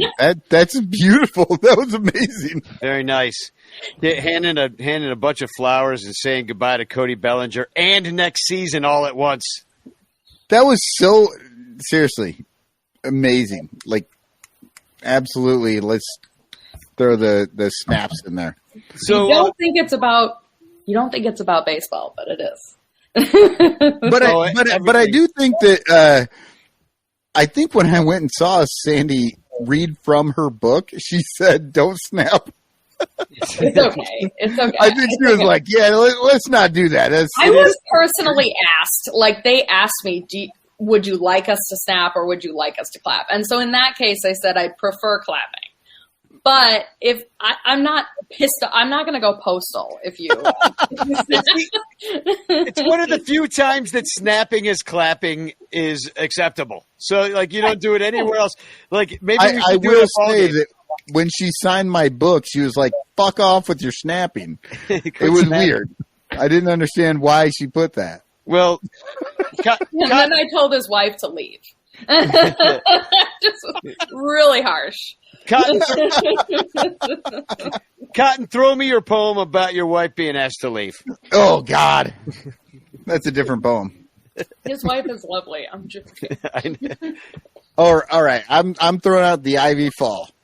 The ivy turns brown and falls from the vine, exposing the sturdiness of the red brick behind. Bright sun shines through the crisp cold. Wrigley is overcome by the ghosts of old. Legends, we are told, playing seasons gone by. Memories echoing under the gray winter sky. Very nice. Wow. I'm going to clap and not snap. That was kind of my winter Wrigley poem. Mike, you got a poem? I do not. You do not want to hear that. I think he has a spreadsheet he'll be pulling up, though. Bill Sugas has a poem. There once was a fucker named Cotton. Everything he said was rotten. I kicked him in the balls. I said, "You're killing me, Smalls." And everything that he says, I've forgotten. Perfect. There we go. Gubstradamus all the way. So I would like to bring another voice onto this podcast right now. It's our friend, the prospect expert. Oh no, hold on. We got one more from Sandy. No, we'll get to the poem. We got to switch up. We can't just be all poems all the time. Yeah, that was the last podcast we did where it was all poems. Oh my God, I'm all into all poems. We'll Sandy, go out with. We're just going to do the Cubs poem podcast. Look, Greg is wearing a poem on his shirt. We see that poem here? It says, Iowa, Tennessee, South Bend, Myrtle Beach. It's simple. Is that a haiku? I don't know. I didn't count. It's supposed to. I don't want to. I don't want to edit here where I shouldn't, but it should be Tennessee. Danny, I noticed you introduced me as a prospect expert. I prefer prospect nerd. Well, you just be happy I didn't say pervert. Yeah, there you go. Yeah. Prospect pervert, Greg Huss. And then you have Alfie Campos calling in. So, it was we saw a few guys come up to the big squad this year. We saw Canario. He didn't play. We didn't really see him, but we saw him come in and learn how to sit on the bench. We saw PCA, who looked a little overmatched. Saw Luke Little at the very end. Saw Palencia come up and maybe do more than he should have been asked to do. We saw a bunch of out of this group of guys that you saw come up, just give me your general overview of what you saw that you liked, what you saw you didn't like, what you were encouraged by, what you were discouraged by. Where are you with this group? I think that it was a fun year to see guys. Like, we haven't seen this many dudes come up to Chicago as prospects in years and years and years, right? I mean, this is having all the guys you named, plus Jordan Wicks, plus Miguel Amaya, plus I know Mervis came up and he didn't perform well, but all these, we've had a lot of prospects. Let's not come forget up Jared Young. Come on, man. And JY, yeah. And it's like we haven't had that many guys that aren't 33-year-old rookies come up in 8 years, So that was fun. That was fun to watch. I think that I would have liked to see some of these players get actual playing time, but I will say that I'm saying that, and I think a lot of us are saying that because the Cubs sucked down the stretch, right? It's not just a matter of call up PCA, call up Canario, and they have to play. It's just the fact that the guys that were playing over them blew, and we blew it down the stretch, So I don't know. It was a fun year for being a prospect nerd and getting to see those guys that I've been watching from Myrtle Beach all the way up to Chicago perform. It was a fun year, honestly. So Mike, yeah, talk a little bit here. Greg's talking about these guys coming up because the guys who were there kind of blew. You are maybe the most optimistic Cubs fan I know. And just in general terms, you look at the numbers and you're like, oh, these things are good about these guys. Tell Greg he's wrong, that they were actually good. I mean, when they came up, I think Sarah's brought it up multiple times. When Matt Mervis, when he got sent back down, I thought he was putting together some really good at-bats, hitting some tough luck. Canario didn't play enough, but he had some good at-bats up there. The one thing I'll hang my hat on with PCA is I know every time he's been promoted, he's had a relatively short span of time where he does struggle and has to adjust. Mm-hmm. And the pennant race wasn't really the time to go do that. But I think he led off with, there's so many guys coming up, and you can see them moving up through the system. You can see these guys coming, and that's a lot of fun. It cracks me up, man. It's so funny to me that PCA was called up to be a defensive guy and maybe steal a base or two. That was what he was called up for, and he struggled at the plate in how many plate appearances did he have? 15? Not even. Yeah, he might have been pushing 20. 15 at bats. Yeah, and it's everyone's oh, PCA actually sucks. It's no. What are you talking about? He's been here for 10 minutes. Calm down. Yeah, he was called up to be a defense, only play the outfield. And how many starts were there? 2, maybe? So no rhythm. Yeah. We just got done recording our end of the year show for Cubs on Deck about 15 minutes ago. And Brian was talking about how the discourse this offseason when PCA is still ranked number 1 in the system, and people were that's not possible. This organization must suck if PCA is still ranked number 1. The discourse is going to be phenomenal, and I'm going to be laughing the entire offseason. It's going to be terrific. Well, and even on the reverse that people saw, Canario and he should have played more. I think that we all would have liked to have seen Canario play more, but he didn't. But when he did play, he did great. He had an OPS of 1,100 or something like that. He hit a big home run. He hit a triple the other day. Everything we saw of him. But that I don't think that is what's going to happen. Like if you just like he is our starting left fielder now, or whatever they're going to do. I don't think that he's going to have a year like that. Probably there's development still to be done. But I'm going to put up the prospect lists here. This is the top 15 prospects that the Cubs have. Tell me about and maybe anybody can answer this question. Who would you like and who do you think will be up on the big squad next year? Who do you think gets a chance in spring training to even earn a spot? What spots do you even think are open for the Cubs this year? Does Ben Brown get a look? Is Casey ready, or like what's going on? Can I rapid fire down these? Please do. All right, so not necessarily opening day, but in guys that we will probably see in Chicago next year. PCA, yes. Cade Horton, yes. Owen Casey, yes. Kevin Alcantara, maybe. Ben Brown, yes. Matt Shaw, yes. Ballesteros, no.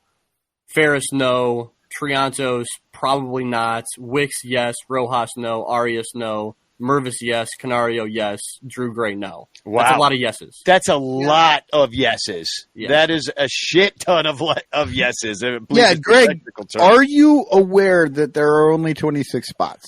Oh, we're getting rid of Nico. We're getting rid of Dansby. We're getting rid of all the guys. I love that you started with Nico and Dansby. Those are the first two guys on the chopping block.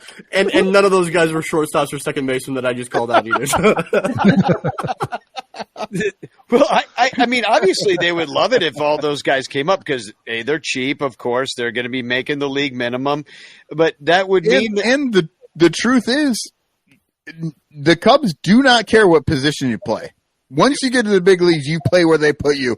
Third base. It doesn't matter if it's the shortstop or second base. And try out like 10 guys up there. And I want to ask this question to Mike and IFG. Anybody can answer it, but like, do you see them moving on from anybody to make room for these guys?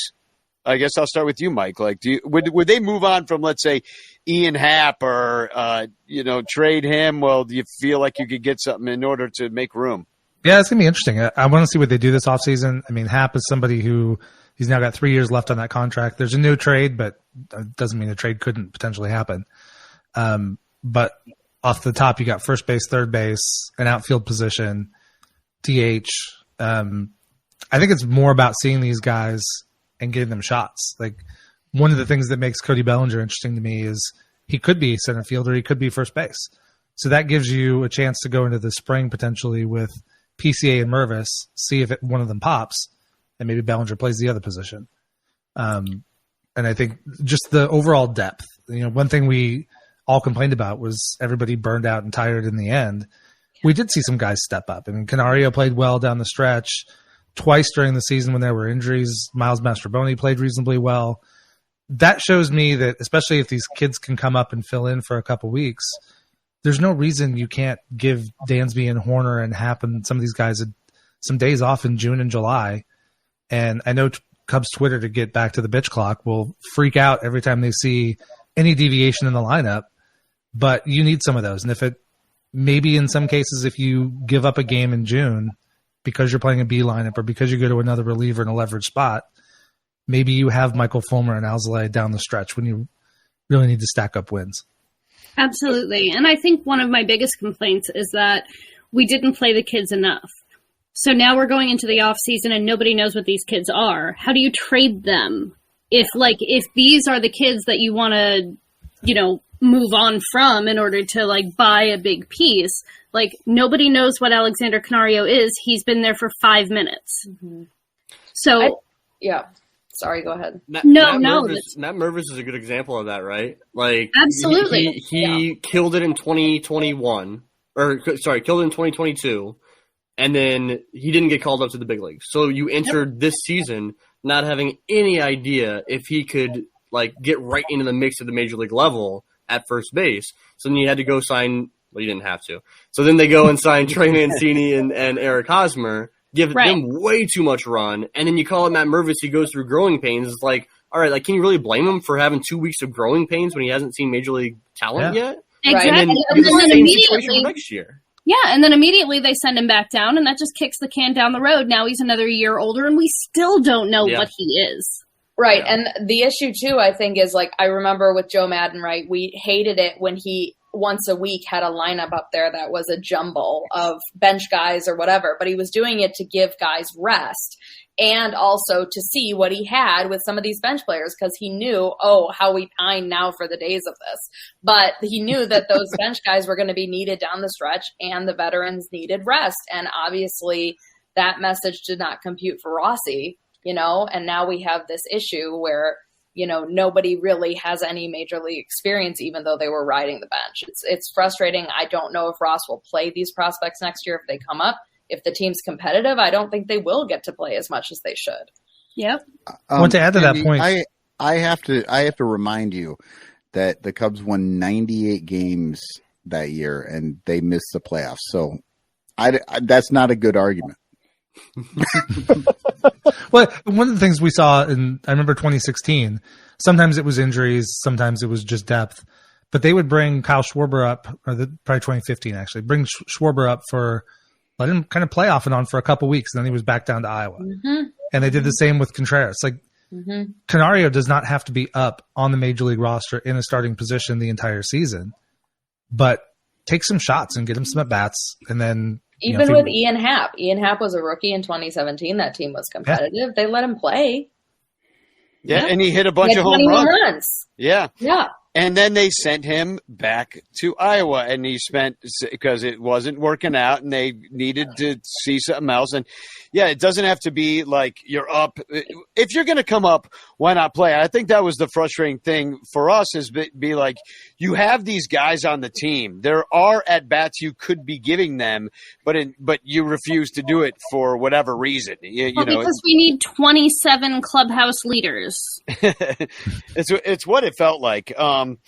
So I'm just glad that the Dominican Winter League is there to teach our rookies how to hit. No, it is. I can't. When you were naming the Aguilas, I can't wait to watch that team. That's going to be incredible. So much fun. I'm all in. I'm going to get an Aguilas jersey. Hell yeah! Maybe they'll let you play. Just go on down there. They might let you suit up. Just tell them you're the manager. Tell them you're a scout. They won't know. I was going to say there's no way they're going to let me play, but I could manage the team maybe. So I would like to know what minor league player and maybe anybody could answer this too, but this is mostly directed to Greg, is who's a minor league player that is going to surprise us? That he's not on that top 15 list, but he might end up on the major league squad because you think he's going to play his way, whether through spring training, is it a pitcher? Is it who do you see could surprise us next year and get on the squad? That's a good question. Maybe not opening day. I have not opening day. Yeah, I have an answer that's a super deep cut, but I'm trying to think of one that's not as deep of a cut. I'll go to the deep cut first because I have it off the top of my head. So I look at the way that the Cubs have treated the catcher position over the last 8 years or so, and they love the guys that have like the soft skills. Wilson Contreras fell into their laps because he was a stud in the minor leagues.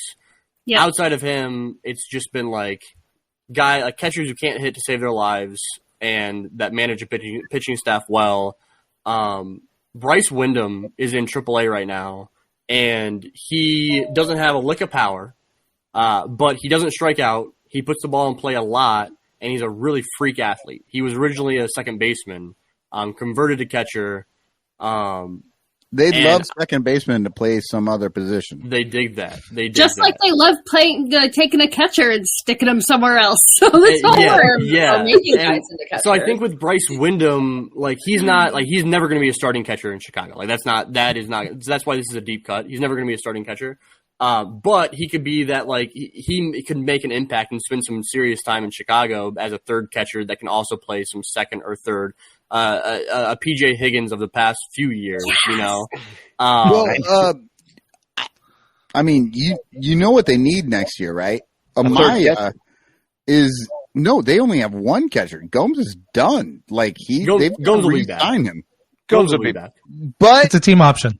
Yeah. Oh, Yeah. I'm sorry. Yeah. I was looking at his contract today, and they said he was done. Yeah. It's a team But like option. next year, Okay, what I back. expect next year is like Miguel Amaya and Jan Gomes to share their responsibilities behind the plate a whole lot more than they did Miguel this year. Amaya and Jan Gomes need to switch spots. Yeah, and I think that's what you'll probably see next year. I right? hope And so. then, I hope so. work the way into Miggy being the guy behind the plate in 2025, Yep. like the starting guy. So I think it's hilarious that Sandy and I are like on the exact same page. We do not really know each other at all.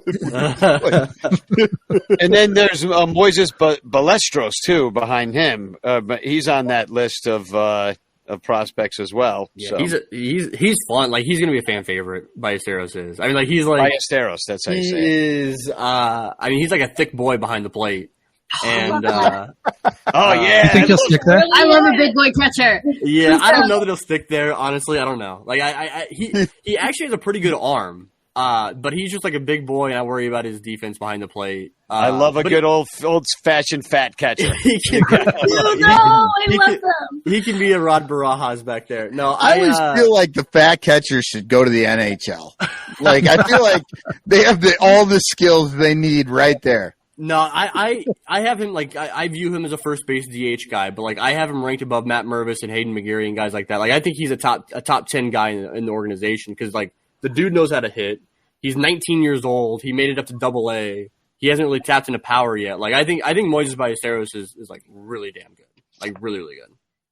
I've heard people say they think he's the best bat in the system. What do you think, Greg? I think that no. I think that he could be. I think that he combines a weird combination of like he has a really good hit tool. He's really good at going the opposite way, like Pepper's left center gap. He has some pop that he hasn't yet tapped into, and he has a really really good approach. Like he's 19 years old, made it up to Double-A, and struck out like 15% of his at bat, like super low strikeout rate. So. Yeah, like that combination is not something that we really have in the organization. I mean, I think that we have guys that like Owen Casey can hit the crap out of the ball, but like he doesn't necessarily bring all those qualities that Ballesteros does. So yeah, definitely more of a 3 true outcomes type of for Casey, yeah. for sure. But that's a guy like we look at. I think the Cubs desperately need like the middle. You guys have probably already talked about it here today, but like the middle of the order of bats, right? Like the guy with actual like that can be a 3-4 hitter. And like Owen Casey's not going to be that guy next year because he's going to be 21 years old. But like that's the type of hitter that shows like actual pop that you can potentially put in the middle of your order so that Ian Happ isn't batting 3-hole and Dansby isn't batting 5-hole. You know, you still need to go out and find somebody this offseason outside the organization to do that. But like Owen Casey can be that in a few years. Like he may strike out a ton, but he's gonna hit the ball a long ways and not in the way that Patrick Wisdom does. You mean that half the time he doesn't hit the ball at all? Exactly, yeah. You mean that way? Yeah, Owen Casey's had a 289 batting average this year, so still pretty decent, even though he's striking out a lot. When the young guys that have come up, like Morel and Canary, you just see the ball pop off their bat. And it's just a different level of power. Mike, is there somebody that's on this team right now that would absolutely break your heart if they moved on from? Like you just mentioned Morel, that's what brings that question to mind. Don't say Morel, Mike. No, I was going to say, I mean, there are, but at the same time, I've been through, I was kind of looking back this year. I've been following the Cubs since like 1982. And Danny, I think we're about the same age. And there just haven't been that many great seasons. And so honestly, if the Cubs win, unless they're just full of assholes, I don't really care. I mean, I can move on from a guy watching like Nelson Velasquez. I can root for him in Kansas City. If they make some moves, make some trades, and some guys ship out, and the end result is a really good team, I'm good. Yeah, it did feel like we had the thing that it feels like to me this year for the Cubs is that if they would have just played all the guys they had a little bit differently, trusted some of the young bats a little bit more, give them more of an opportunity earlier in the season, maybe broke with Morel. I mean, Morel was hitting dongs in spring training, and they were like, nah, we don't need him. And he hit, 12 home runs? Or Nelly. Bring some third outfielder with you. Yeah, they didn't even have a third outfielder. Third outfield. We don't even want like anything amazing from the plate. We just want somebody who understands the defensive position they're supposed to play. Yeah. Usually spring break is about or spring training is about who's going to be that fourth outfielder, the fifth outfielder. We didn't leave camp with 3. We just had 2. Yeah. So it's just so I just kind of feel like if they had just played it a little bit differently, they would be in it because they only missed it by a couple of games and they lost a lot of games by very few runs. So, or if you miss it because those guys are getting at bats and maybe put up the same numbers that Hosmer and Mancini did. But you're giving guys a shot, and you're learning something about them, and you're learning something about your organization going forward. Absolutely. That's what I was saying early in the season. We had Mancini and Hosmer there, and my argument was that Jed couldn't evaluate the guys on his team. Because if he could, we could have gotten that same production out of Mervis and Young instead of Mancini and Hosmer. You absolutely could have, and I just don't understand how we broke with the team. With better defense.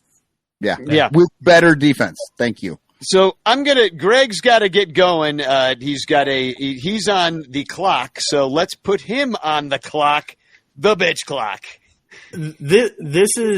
This is the hardest thing for me to do because I'm all about the positivity in the organization. So I don't have much to bitch about. And Greg and I are not going to remember the bitch clock. My sole I'm job sure I can make up social media is to bring optimism at all times. Well, how about this? I believe in you, Greg. Then take all the negative things that you've heard about the things that we've been saying about these topics and tell us why we shouldn't feel that way. Yeah, I mean, Eric Wielo had to bitch about the Brewers, and he turned it on the Cubs somehow. Okay, so I'm gonna add. All right, I'll spin it again here. All right, what we got? We've got. Let's see what we come up with here. Oh yeah, baby. Yeah. Sure, time tonight. You've got North Shore. All right, I got it. Right on the edge. Diapers. Clock, you have 30 seconds to bitch. All right, so my thing with North Shore adult diapers, I am very confused as to why Zach Zaidman isn't the lone reader of the North Shore adult diapers ad read. Because we're stuck with Pat Hughes having to laugh his way through these ad reads. It hits a little too close to home for Pat, I feel like. Zach just needs to stand up. He needs to read these ad reads every single time it's time to go. He needs to step up. He never does. I don't know what's wrong with him. But North Shore adult diapers, great ad read, just wrong person doing it. Stop your bitching. Do you know why? But probably Pat's got to do them is because Zach is too busy laughing and cackling. He can't get through the ad read without. The meta moment that is Greg advocating to put a prospect in to do the read instead of a Hall of Famer. Oh, absolutely.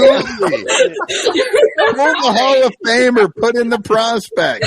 That's incredible. You're like the anti-Ross. You know, you're like if you're over 30, play all the kids. Yeah, if you're over 30, you're not playing on Greg's team. That's Leo DiCaprio, yeah. You're 26. Go home. This is how it goes down when you're touching on hour 3 on a Cubs autopsy. But we'll let you go, Greg, and we're gonna hear another poem from Sandy, and we'll wrap this sucker up. But hashtag. Oh, sorry, I didn't mean to leave you. Thanks, guys. But thanks. Please, why don't you plug everything that you do? Yeah, you can go find the podcast that I do, Cubs on Deck, all about Cubs minor league prospects, over on anywhere where you listen to this show, over on the Northside Bound YouTube page. I host that with Brian Smith and Greg Zumak, as well as some of the Cubs minor league broadcasters. We just, right before I came on here, we finished our award show. We handed out 18 different awards in the organization, so go check that out.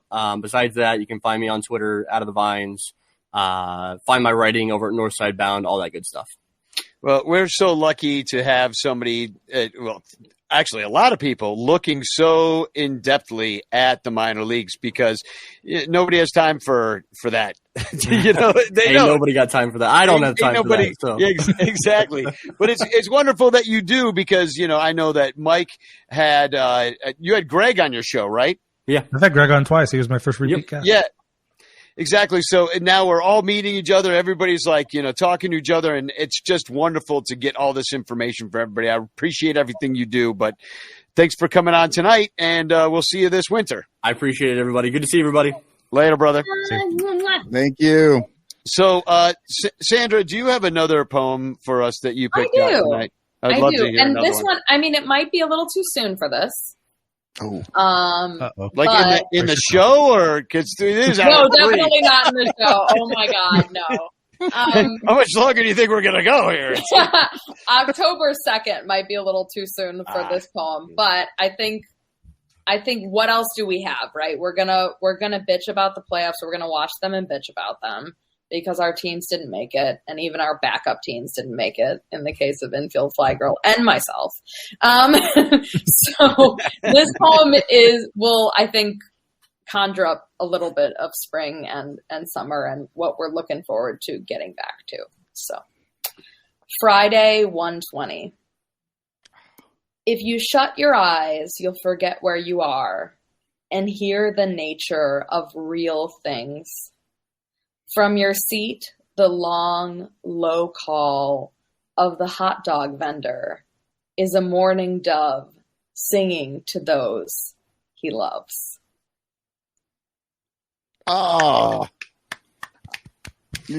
Friday 120 is really what it's all about. That's what it's the difference of the romance of being a Cubs fan versus any other kind of fan, That's why we get to be sentimental. Yep. You nail it every time. So good. Thank you. So, Mike, still no poem? I gave you I gave you 15 minutes. I did blow my cue on that one. To be fair, those baseball reference pages can really be poems. If you really look hard enough, there's poems in all of them. There's poems everywhere. Yeah, if you look. Now, I know that you maybe don't want to go into the bitch clock like Greg, but you've got to because everybody else took a turn. Oh, yeah. But Mike, I'm going to throw you in the bitch clock. Are you ready, my friend? I am ready. Hopefully, no diapers. We'll give you a mulligan. You get a mulligan. To be fair, we've had as many unwanted diapers as we've had in every Cubs broadcast. Oh, yeah. I'm actually just glad Trevor Bauer's not on this one. Yeah, exactly. I could add it. Okay. This is a good one for you. Did we have this one already? Yes, we did. Yeah, all right. But I think it's still a good one. Oh, Roster Let's go. construction. Clock, you have 30 seconds to bitch. Everyone wants David Ross fired. Everybody points to the errors made at the end of the season. This season was lost, and we didn't even know. Well, I guess we sort of did know it in April and May. We left camp with 2 outfielders. We had a bunch of guys like Torrens and Rios who never played. When the roster did actually get deeper with guys who showed they could play later, they didn't play enough. 10 seconds. And they might as well just start the season with like 12 guys and go at it all season.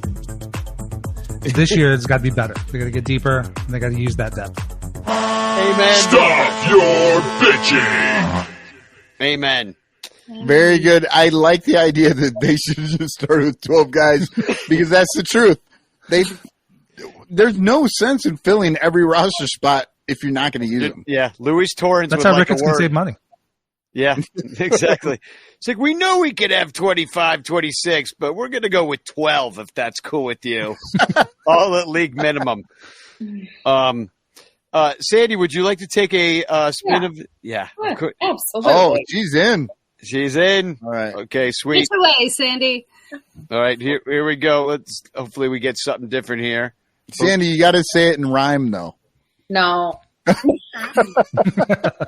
try to be eloquent. That's the best I can do. Here we go. Taking the spin.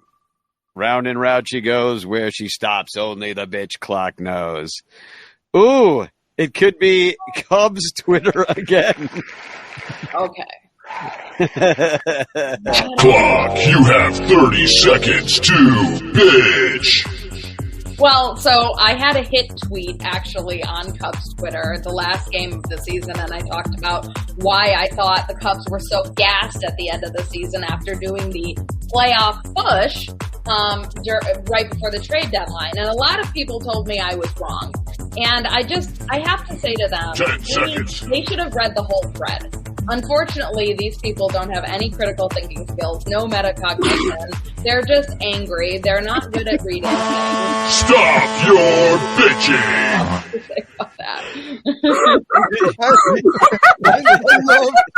I love how you ran out of time. There was a lot of context I had to get through there before I could really start. It was perfect, Sandy. It was perfect. These people can't read. They have no critical thinking skills. They're not even reading what they're arguing about. It's what the hell? It's like platform. If you can't read, get off of it. Thank you. I had a guy the other day that I totally agreed with him, and he kept arguing with me. I'm like, and I would say, yeah, dude, you're right. I do think that too. And he'd be like, hold on, Danny. That was me. Yeah, exactly. That was you tonight on this show. Yeah, probably. But no, it's just like, did you read what I wrote? Like, are you listening to what I just said? I think you're right. No. I'm like, oh, it's like duck season, rabbit season, you know? It's like, it's a parasympathetic nervous system response that just as soon as you see it, you're just like, what's my counter argument? Yeah, it's like, but I'm agreeing with you. I'm a harmonious person. I don't want to disagree. Yeah.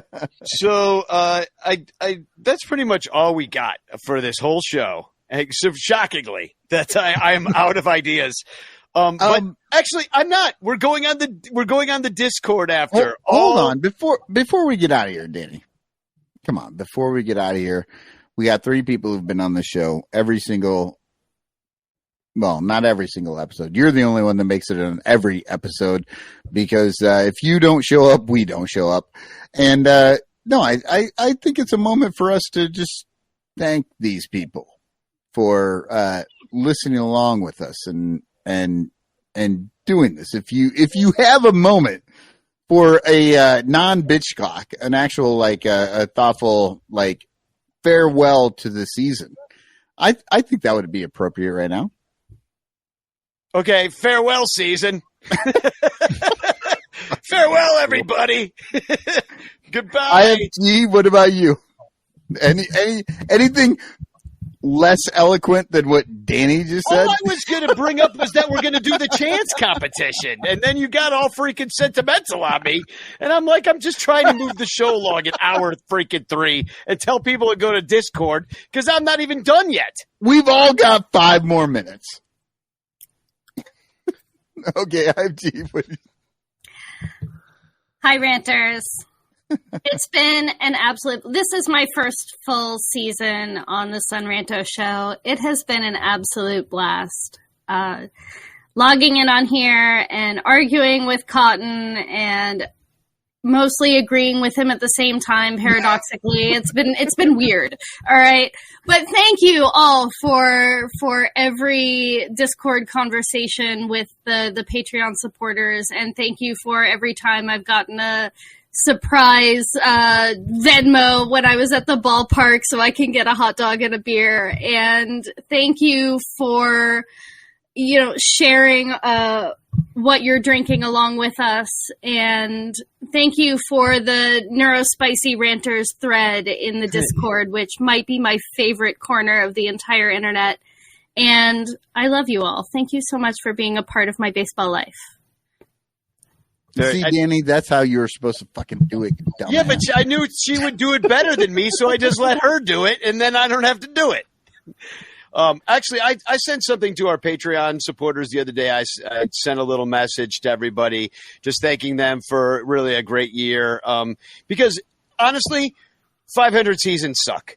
I said it before the season started that this year was going to suck, that 500 teams are the most frustrating kinds of teams to watch because they will always freaking frustrate you with their by losing winnable games, which is exactly what we saw happen. And so I'm sad to be correct that this was a frustrating year. But it was fun to go into the Discord and bitch about it with all you guys and to come on this show and to do the post games and everything. It's all very cathartic. And, all my best friends are here. Like, that's just it. It's like we have such a good time together in the bleachers, on the show, all the events, the Bleacher Bump Band shows, playing in South Bend, singing the national anthem. Like Evan was there. A lot of people here tonight I see the games with, I hang out on Twitter with. So it's just awesome. This is my family, and y'all already knew that. So that was very nice. Thank you, Danny. Yeah. You going to go, Grandma? Oh, absolutely. Oh, sorry, drunk uncle. Drunk uncle. Drunkle. Yeah. No, Danny said a lot of it. IFG said a lot of it. This is like the season is about the Ranters, honestly. And this year we've had a lot of like changes in the way that we've done things and how we've gone about it. We moved from Facebook to Discord, and honestly, that's been a great. And for Bill Sigas, because he doesn't get kicked off every 4 minutes. Bill doesn't get banned anymore. It's great. Look what happened to Bill. Oh, he posted a meme, but with like Jesus bleeding, and now he's gone for a week. So, so we've been over there, and there's been a lot of great conversations. I've had a great conversation with Mike Waller on the Discord channel. It's been wonderful, and I really enjoy that. There are a lot of times when I kind of dread the show coming up on a Sunday because that's just who I am. And then I get on the show, I'm like, this is the most fun I'm having all day, all week, whatever, just enjoying. It's weird.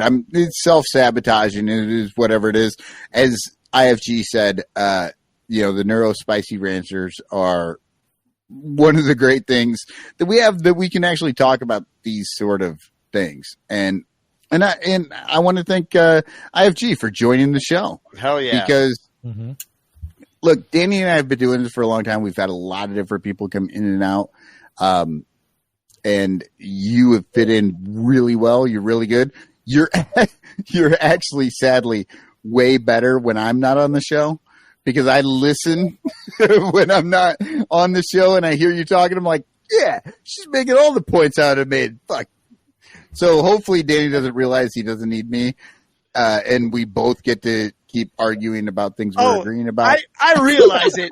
Don't worry about that, Cotton. I already know. he's just guilted into keeping me on here. Yeah, I'm like, well, I can't get rid of him now. It's his whole freaking life.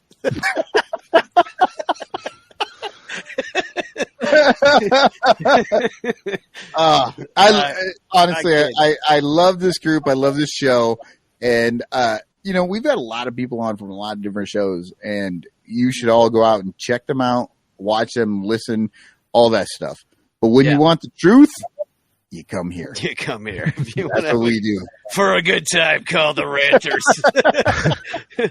So I love it. So thank you all. Thank you, Danny, for having me on for the last 9 years, and IFG for being a part of this year, and everyone else. So happy to get to interact with you every day. Hashtag chance in the chat. It is your last chance to get in on the chance. We have such fabulous prizes that have gone in the bag, including a commemorative Mark Grace and Sean Dunston pin that went in last time. Ooh. It's a very cool prize. So get in there right now. Hashtag chance. I'm going to draw this thing as we speak. No whammies. No whammies. Who do we got? Round and round she goes. Where she stops, only the StreamYard giveaway. Lisa Cram! Lisa! Congratulations. Out of there in California. Congratulations, Lisa.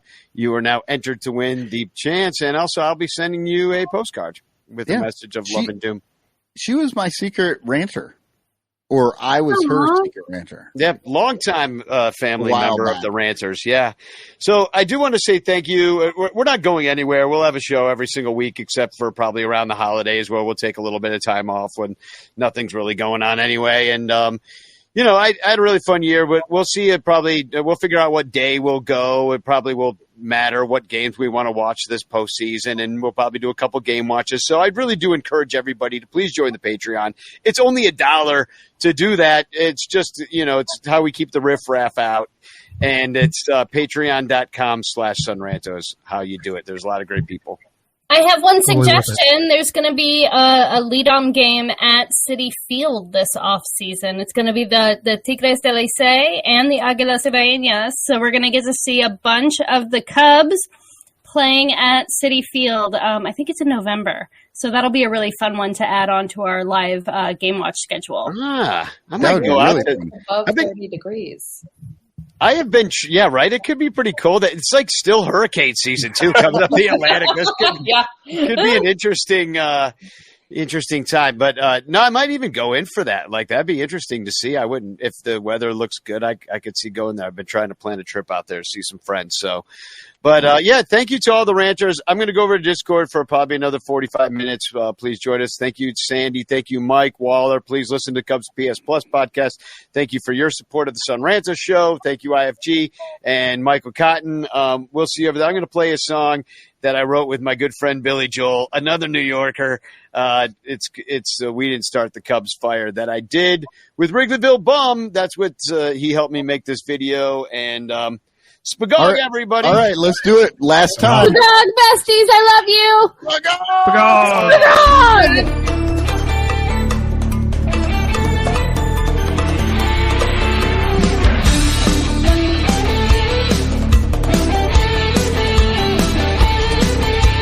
Gabby Hartnett, Ernie Banks, Ryan Sandberg, Solly Drake, Sammy Sosa, Fergie Jenkins, Anthony Rizzo, Billy Williams, Andre Dawson, Jason Kendall, Davey Johnson, Rob Justrisny, Nick Martini, Carlos Zambrano.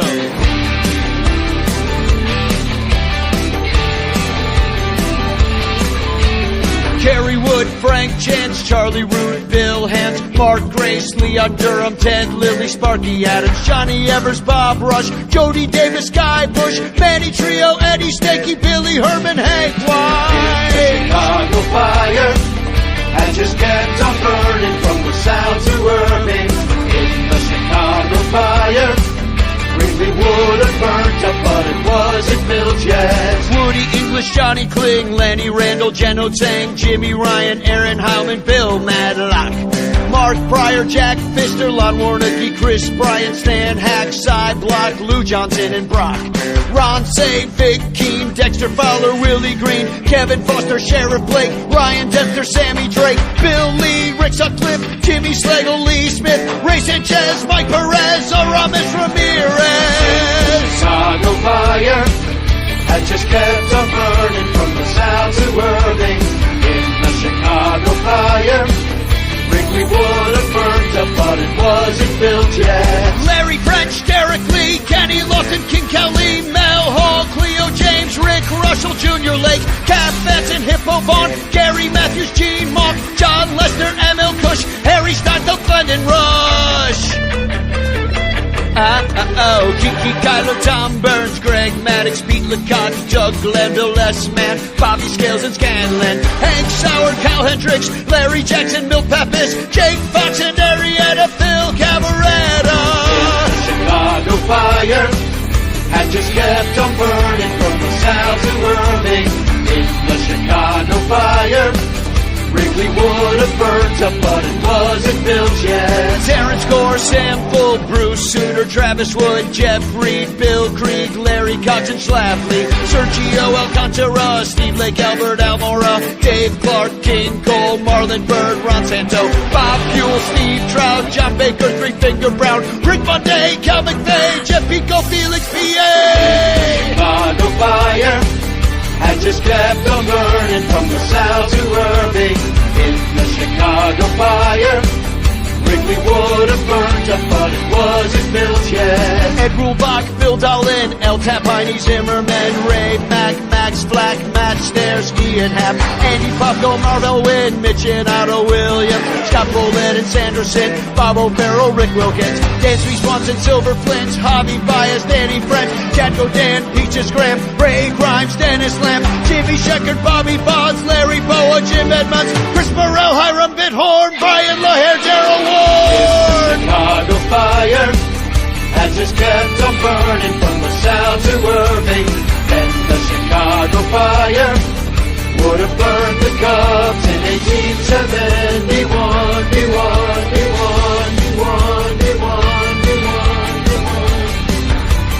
If the Chicago fire has just kept on burning from LaSalle to Irving. In the Chicago fire, Wrigley would have burnt up, but it wasn't built yet. In the Chicago fire, I just kept on burning from LaSalle to Irving.